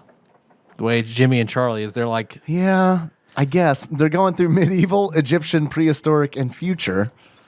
Jimmy and Charlie, Jimmy and Charlie. Jimmy and Bimmy? Charlie and the Chocolate Factory 2.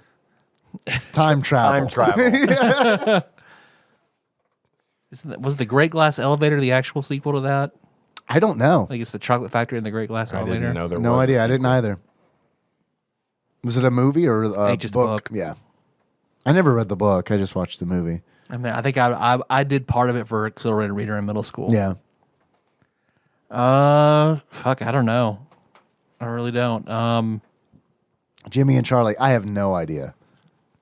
So presumably it's a 2-player game. That narrows it down. Time Boys. Time Boys, locking it in. It is Dream TV. We've heard that so many times, but I can't remember it. I believe you, but I can't remember it. It's one that just probably slides off my smooth brain. Because every time I hear it, I think of Dream On HBO, which, man, God, loved that show as a kid. Good shit Man. when you're younger. Oh, my God, yeah. Just a healthy Yeah. boys outlet right there. Yeah. It was Yeah. great. Healthy young adult. Growing for boy. That matter. Next question. This game was based on a Galoob toy. However, the game was originally released unlicensed. Stretch Armstrong. A Stretch Armstrong Super Nintendo. Did Galoob do that? I don't know. is it like Micro Machines? Probably. Maybe. It is yeah. probably Micro Because Machines. it was unlicensed. Because they. Yep. That's it. I think you're right. I'm locking it in. It is Micro Machines. Nice. Well done, dude. Next question. This game was vastly different from the arcade original due to the limitations of the console and its top-down action game. And is a top-down action game. That's it.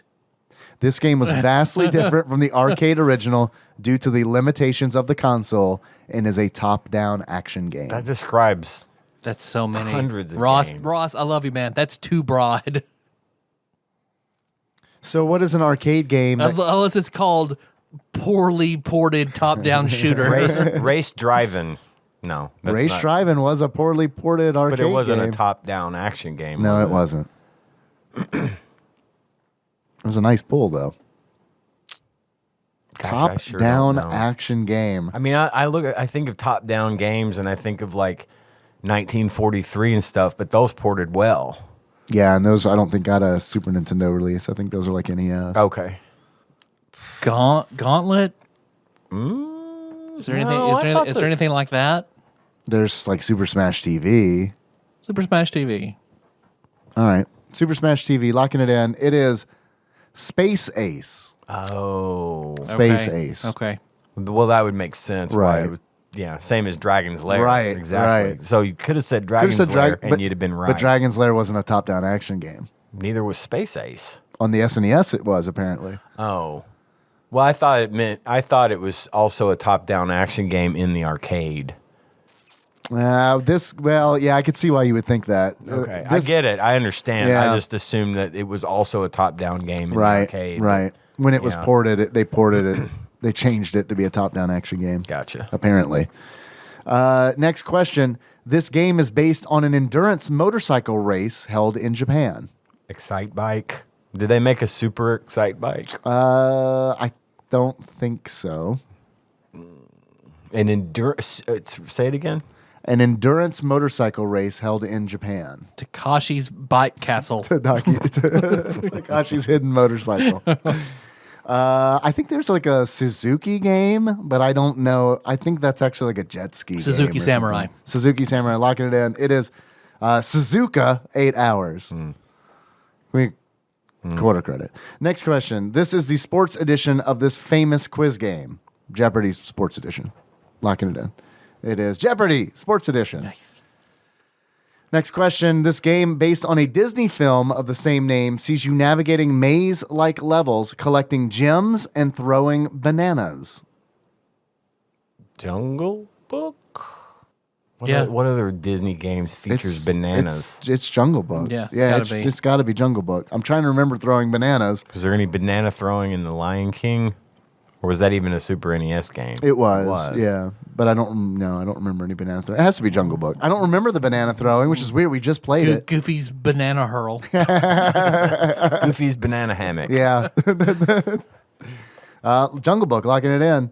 The Jungle Book. Well done, Ian. Next question. This sequel was released in Japan as Kiki Kai Kai Tsukio Soshi, or Mysterious Ghost World, A Moonlit Night, which is much better than the English title. That's Pocky and Rocky. Duck Hunt. Right? Duck Hunt, yeah. Super Duck Hunt. Super Duck Hunt. Pocky and Rocky sounds pretty good. Yeah. I can't remember if it's 1 or 2, but I think it's 1. Because you're a priestess or whatever in that. Yeah, Pocky and Rocky. It is Pocky and Rocky 2. We were close. Good enough. We were close. Next question. This game features levels based on a cartoons episode called The Mad Doctor, Moose Hunters, Lonesome Ghosts, and The Prince and the Pauper. That has to be a Disney Mickey thing. Prince and the Pauper. Is that Magical Quest? Yeah, I would roll All right. with that. Magical That sounds- Mickey Mouse. The Magical Mickey Quest Mouse is- starring Mickey Mouse. There you go. Locking it All in. right. It is Mickey Mania, The Timeless Adventures of Mickey Mouse. Half credit. You had Mickey Mouse and the cadence correct. All right, next question. Players take control of the Night Warriors Kaor and Igor in an attempt to defeat the corrupt son of the king of Selak Clovis. Is that Merlin? It's got to be. I don't know. It's got to be. Merlin. Merlin. Locking it in. Ian, you good with that? Got nothing. All right, No, Merlin. Locking it in. It is Legend. Legend. Okay. Bummer. Next question. Fuck, marry, kill. Bulma, Chi-Chi, Android 18. Parentheses. Dragon Ball Z. Killing Chi-Chi. I don't know what she's like in Dragon Ball Z. I know what she's like in Dragon Ball. She's awful. Okay. I'll kill her too then. I'll take your word for I'm going to marry Bulma. I'm getting on that capsule core. it. Okay. Yeah, fuck yeah. It's like the richest person in the world. And then, fuck Android 18. I'm good with those answers Yeah. because I really have no more insight. I'm really going to have to take that train with you All right. because I don't know Trust anything me. about All Dragon right. Ball. Locking it in. Next question. Fuck, marry, kill. Leela, Amy Wong, Oh, fuck. Linda Van Schoonhoven, Which one is Linda Van Schoonhoven? the news lady with Morbo. Okay. I'm going to kill her. Me too. I'm going to fuck Leela. I'm going to Yep. marry Amy. Yep. That's You're exactly. gonna marry what- Amy? Yep. I would marry Amy. You really? I'm on the. She's I had like real his beef. answer. All right. I guess I mean I could see that. I don't know. It's kind of a I guess we're all killing Linda. I think I'd marry Leela. I think I'd fuck Amy. Next question. Fuck, marry, kill. Marge Simpson, Maud Flanders, Helen Lovejoy. That's a tough one. You gotta kill Helen Lovejoy. gotta kill Helen You gotta kill Lovejoy. Helen Lovejoy. I mean, I think Marge. Marge is kind of a beast in the sack. I think she's Yeah. got it, and that would be good long term. But we don't really know that Maud isn't also that way. Is But she I'm gonna go- living Maud or dead Maud? You're right. Ghost Maud is probably way but fucking more interesting. And, I'm gonna kill Helen Helen Lovejoy. Lovejoy, fuck Maud, and marry Marge. Okay. Tyler? I know you've been waiting for me to ask you this question. No, I'm thinking like, if you fuck Maud Flanders, Will is Ned, Ned kill Flanders going to murder you? you? Yeah. He would definitely snap like he did in the one episode. I think that would be enough to push. I mean, especially if she's dead. No, I don't think it would. I don't think it would be enough to make Ned snap You don't because think it'd Ned be enough? snapped over nothing. So he sweats the small stuff. He sweats the small stuff, but I think that would be a turn the other cheek type of thing for Okay. him. I think he'd be Oh, more that's fair. forgiving, and because he's such a good Christian man, Yeah. I think he'd be like, well, everybody makes mistakes, and I don't think that Cuck diddly olded. diddly olded. I don't think Ned would react that way to being cucked. I think he would just say, well, I'm not. And then a buzzard swooped down and carried Maud away.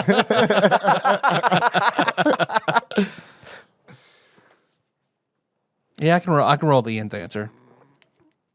Yeah, I guess me too. I mean, you think at the end of the day, Marge is really the one you want to Spaniard. I guess. I've seen enough gifs on the side of my porn sites to be like, I don't want that. I don't like If that. she's an alien, you pull those rabbit ears, man. That is true. That is true. All right. All right. Thank you, Ross, very much for the quiz. I suppose as a reward, instead of playing calls, we can play your voicemail that you gave me a direct link to. I swear to you, if I have to get permission to play this, we're done. Let's see if I can open this in a browser on my phone. Okay, here we go. TADPOG, I love you guys, but being you don't want me on anymore, which I'm pretty sure is xenophobic, I thought But not racist. good intro story, so I'm just going to let you have it for free, I suppose. So this is a story about how... For the record, when Ross said, here's an intro, play it, I said, save it for the next time you're on. So Ross, fuck you. From across the pond. almost got my mother put on a register. Long ago, when I was first born, and fairly common by the sounds of it, my foreskin was stuck to the head of my penis, which was fine, I suppose. I don't really remember it that much, to be honest. But apparently it was sore and I didn't like people touching it and blah, blah, blah. Because everybody was touching it. When people just lining up to touch it. And I just didn't like that because my foreskin was stuck to my... How's his bullshin? You know, it rhymes with foreskin, so we're going to call... He's got his boat race in his bullskin. His bullshin. It's like half an abortion. So we went to the doctors a couple of times and they said, yeah, it is sore. It's fine. It's fairly common. It will peel away on its own, which it eventually did. But they did say that we had to keep an eye on it in case it gets infected or swelled. Yes, Ian. Why do I feel like I've heard this story from him before? I think I have. Ross, you done fucked. I It don't. has something to do with school. Like I remember this story, his and mom- if he his has mom never had told to- this story, I am going to go get myself looked at. 2 out of 3 people at this table remember the story. I don't remember I think it. I've heard this. Okay, go. Okay. Up or all kinds of different things, really. So my mother went to check to see how it was going down there, and I refused. I didn't want it anywhere near my downstairs area, and the only way she could get me to show her was to give me sweets. Definitely. Oh yeah. I've definitely heard You told this one. You told this one. But let's go ahead It's and still- finish it's a very good yeah, story. Yeah, let's go ahead and finish it. For those who haven't heard it, and then Ross, you can just twist in agony knowing that you've already told this story on the show. And that means you're getting old. Hooray! While the next 47 seconds preside. So she would give me sweets, and I would show her that my cock hadn't swollen up to the size of a balloon. So, a couple of days later, Bragger. go to school. Teacher asks us all what we did that weekend, and you can guess what I told the teacher. And so a panicked phone call to my mother asking her to come in for a brief but friendly chat. I heard his my quote finger. mother- yeah. They were there for They sure. whooshed. He quote fingered so hard, I heard a whoosh. sort of explained the situation and had to bring in doctor's notes. So yeah, I almost got my mother locked up. Hope you've not done something similar, although I'm sure you'll tell us if you did. I mean, Love I've you. talked about it. I have. Now, what was that you did? I don't remember Well, this. when I I didn't remember Ross's until he got to the mom part. when my mom, like I said, that my butt hurt and like my butthole, Gary. and she checked it out. And she said, why is it all red? I was Gary. like, don't know why I said it. I was like, my friend Gary put his Right. finger in it. Oh, God, no. Mom calls the school. We have to go up there with Gary's parents Oh, and Gary. God. And I was like, I lied. I'm sorry. Gary didn't put his finger in my butt. Oh, no. I remember. So when you started talking about it, I remember Gary. I remember thinking, Man, that was a really funny story when you told it. But now I'm like, shit, man. If Henry came home, Yep. oh god. I mean, of course, it'd be like, yeah, we're going to the school. We're calling all the people. Yeah. Well, you fessed up. Everything. I remember crying, and the principal was like, "Everybody lies, Tyler. It's okay." I'm sure stop touching everyone's your just butt. relieved that no one put their finger in your butt. Except for probably you. All right. Meeting adjourned. Everybody go home. It was really the principal.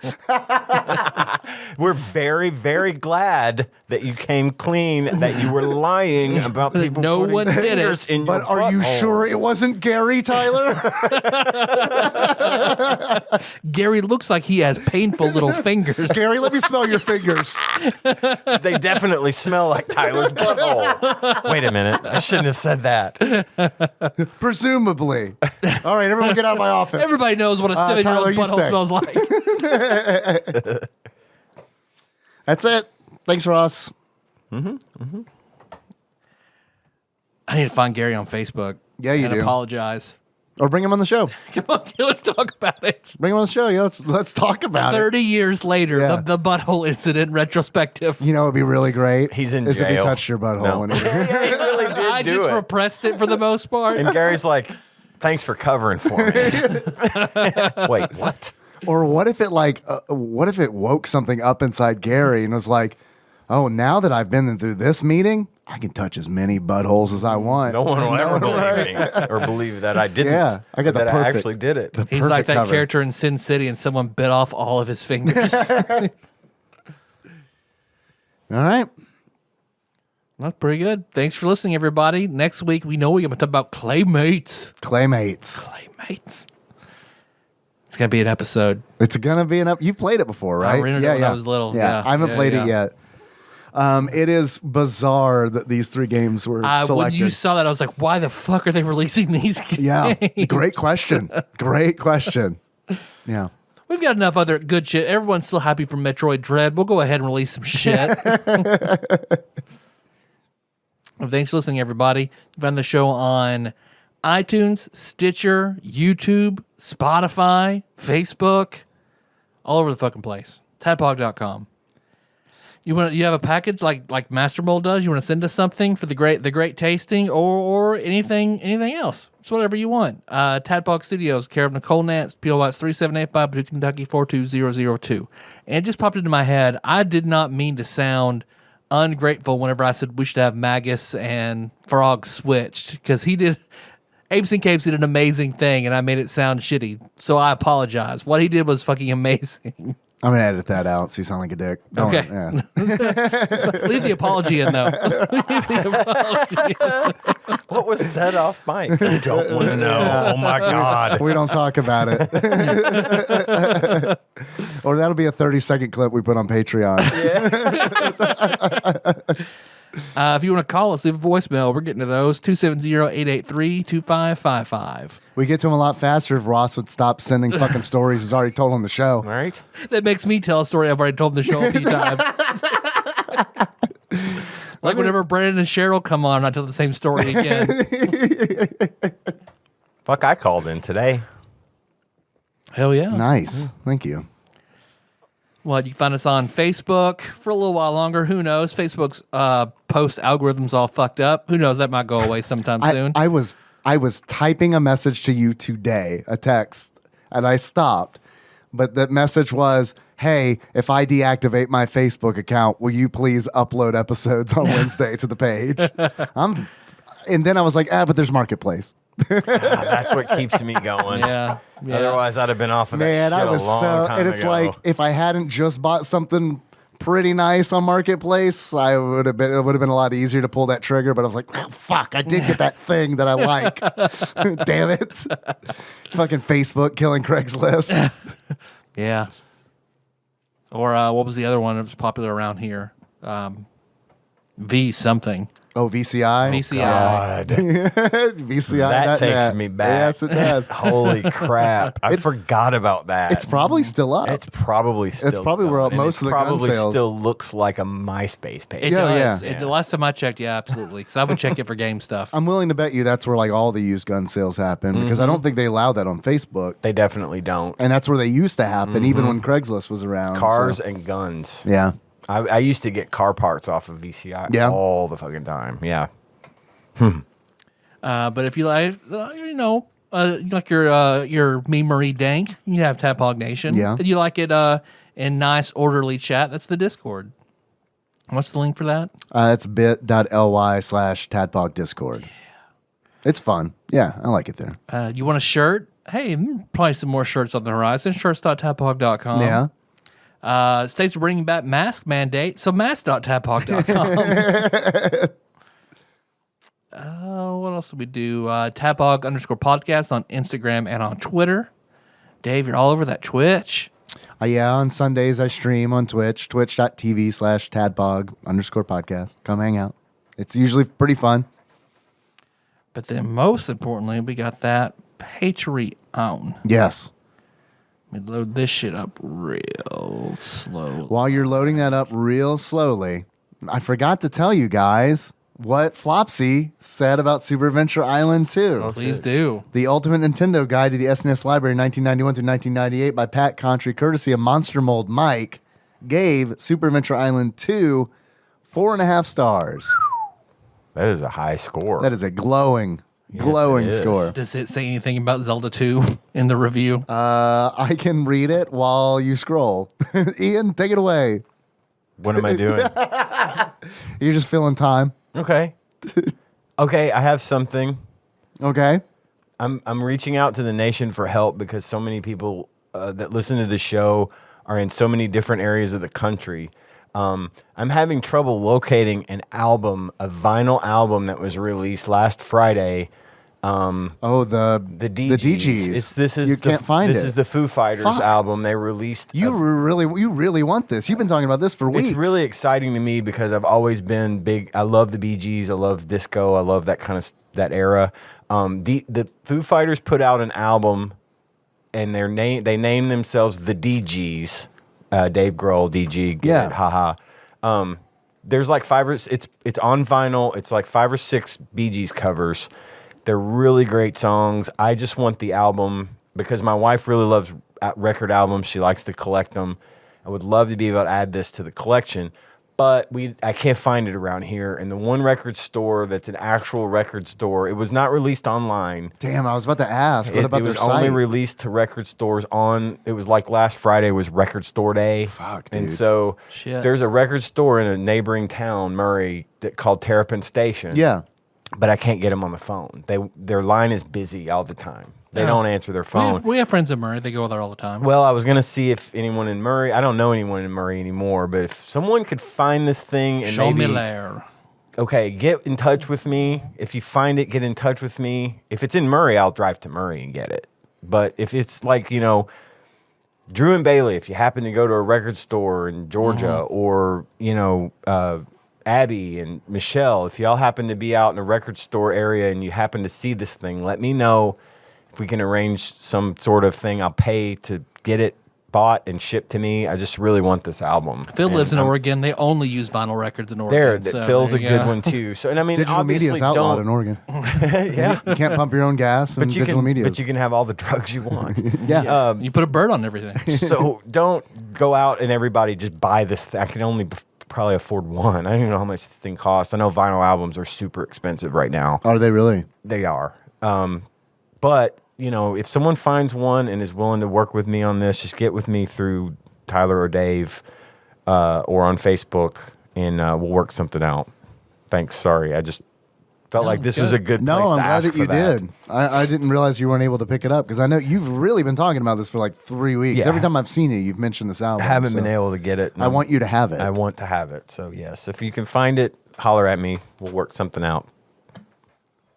I did just get a message from one Nate from Utah, first time caller. The message says, I got this great album. I want to give it to somebody. Should I give this to? I had a dream last night. We were recording a podcast and casting Schindler's List as D&D classes. We got as far as Oscar Schindler is a priest.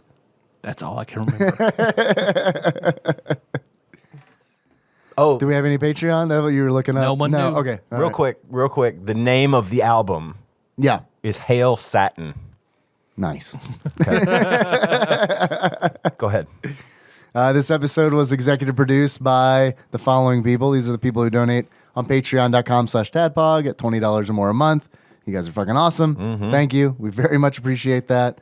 We got God Emperor Alex Pena, Cthusiast Jeff Miners, Laud Mulaney Dennis, Steve Dixon, Plinko Nick Price, Clambro Cody Phillips, Bantha Master, executive producer Dig Dougie, the Eightfold Daniel Abernathy, Time Lord Josh Edwards, Gamebug Prime Nathan Eaton, Matt Gentile aka Gentle G, congratulations on your marriage, Magical Sleeper aka Big Dick Pie Baker Chris Vaughn, Usurper Grimm, Temporary Eternal Savior Cubicle Monkey. I always want to say temporal, like every fucking time. I'm like temporal Eternal Savior Cubicle Monkey. Pinball Archmage Chris Edler. I'm sorry you couldn't be on this episode. Sandwich Pope Phil Hawkins, Nate from Utah, first time caller, Zeus Laser, Drinksmith Joey Webster, Big Daddy Paul Anderson, Edgelord Kyle Purtleball, Master Cycle Baron Kevin Link, and General Kenobi Massacre. Thank you. Hell yeah. Our theme song is Moved by Sycamore Drive. A link to that track they found in the show notes at tadpog.com. Hey, you guys want to close this out? As the Bee Gees. That's the Bee Gees, Ian. Also, thank you for being on this episode. Thanks for having me. I'll probably be back next week and All right. the week after that. I might be a Hell permanent yeah. fixture. Do it. See if you perfect. can beat John's record. Yeah. Oh, I'm going for it now. Now we're gonna have to tally it up. It's you gotta. I mean, you gotta. It's gonna be a ways. minute. You gotta Yeah, path the walk. Yeah. Where few have tread. So until next time. Tropical Capricorn.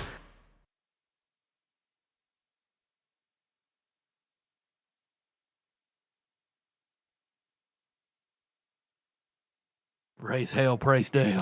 Everyone thinks that my tattoo, everyone around here Because oh my god, asks because it has an me- 8 on it. Yeah. Oh my god, I hate that. does Tell me suck. tell me how much I hate it. You can tell me because I don't know how much I hate it. I hate it so much. Yeah. It's like, God damn it. oh man, I'll be at the gas Oh, station. no. Yeah, oh yeah. Oh, you got that Dale Jr. Because you know Shit. it's an 8. My Right. band, this is if we're Playful talking, Eights. if we're on the show, Yeah, we're on the. This is Stinger probably. probably a stinger. Yeah. So it's my band was called the Playful 8. My first band was called the Playful 8.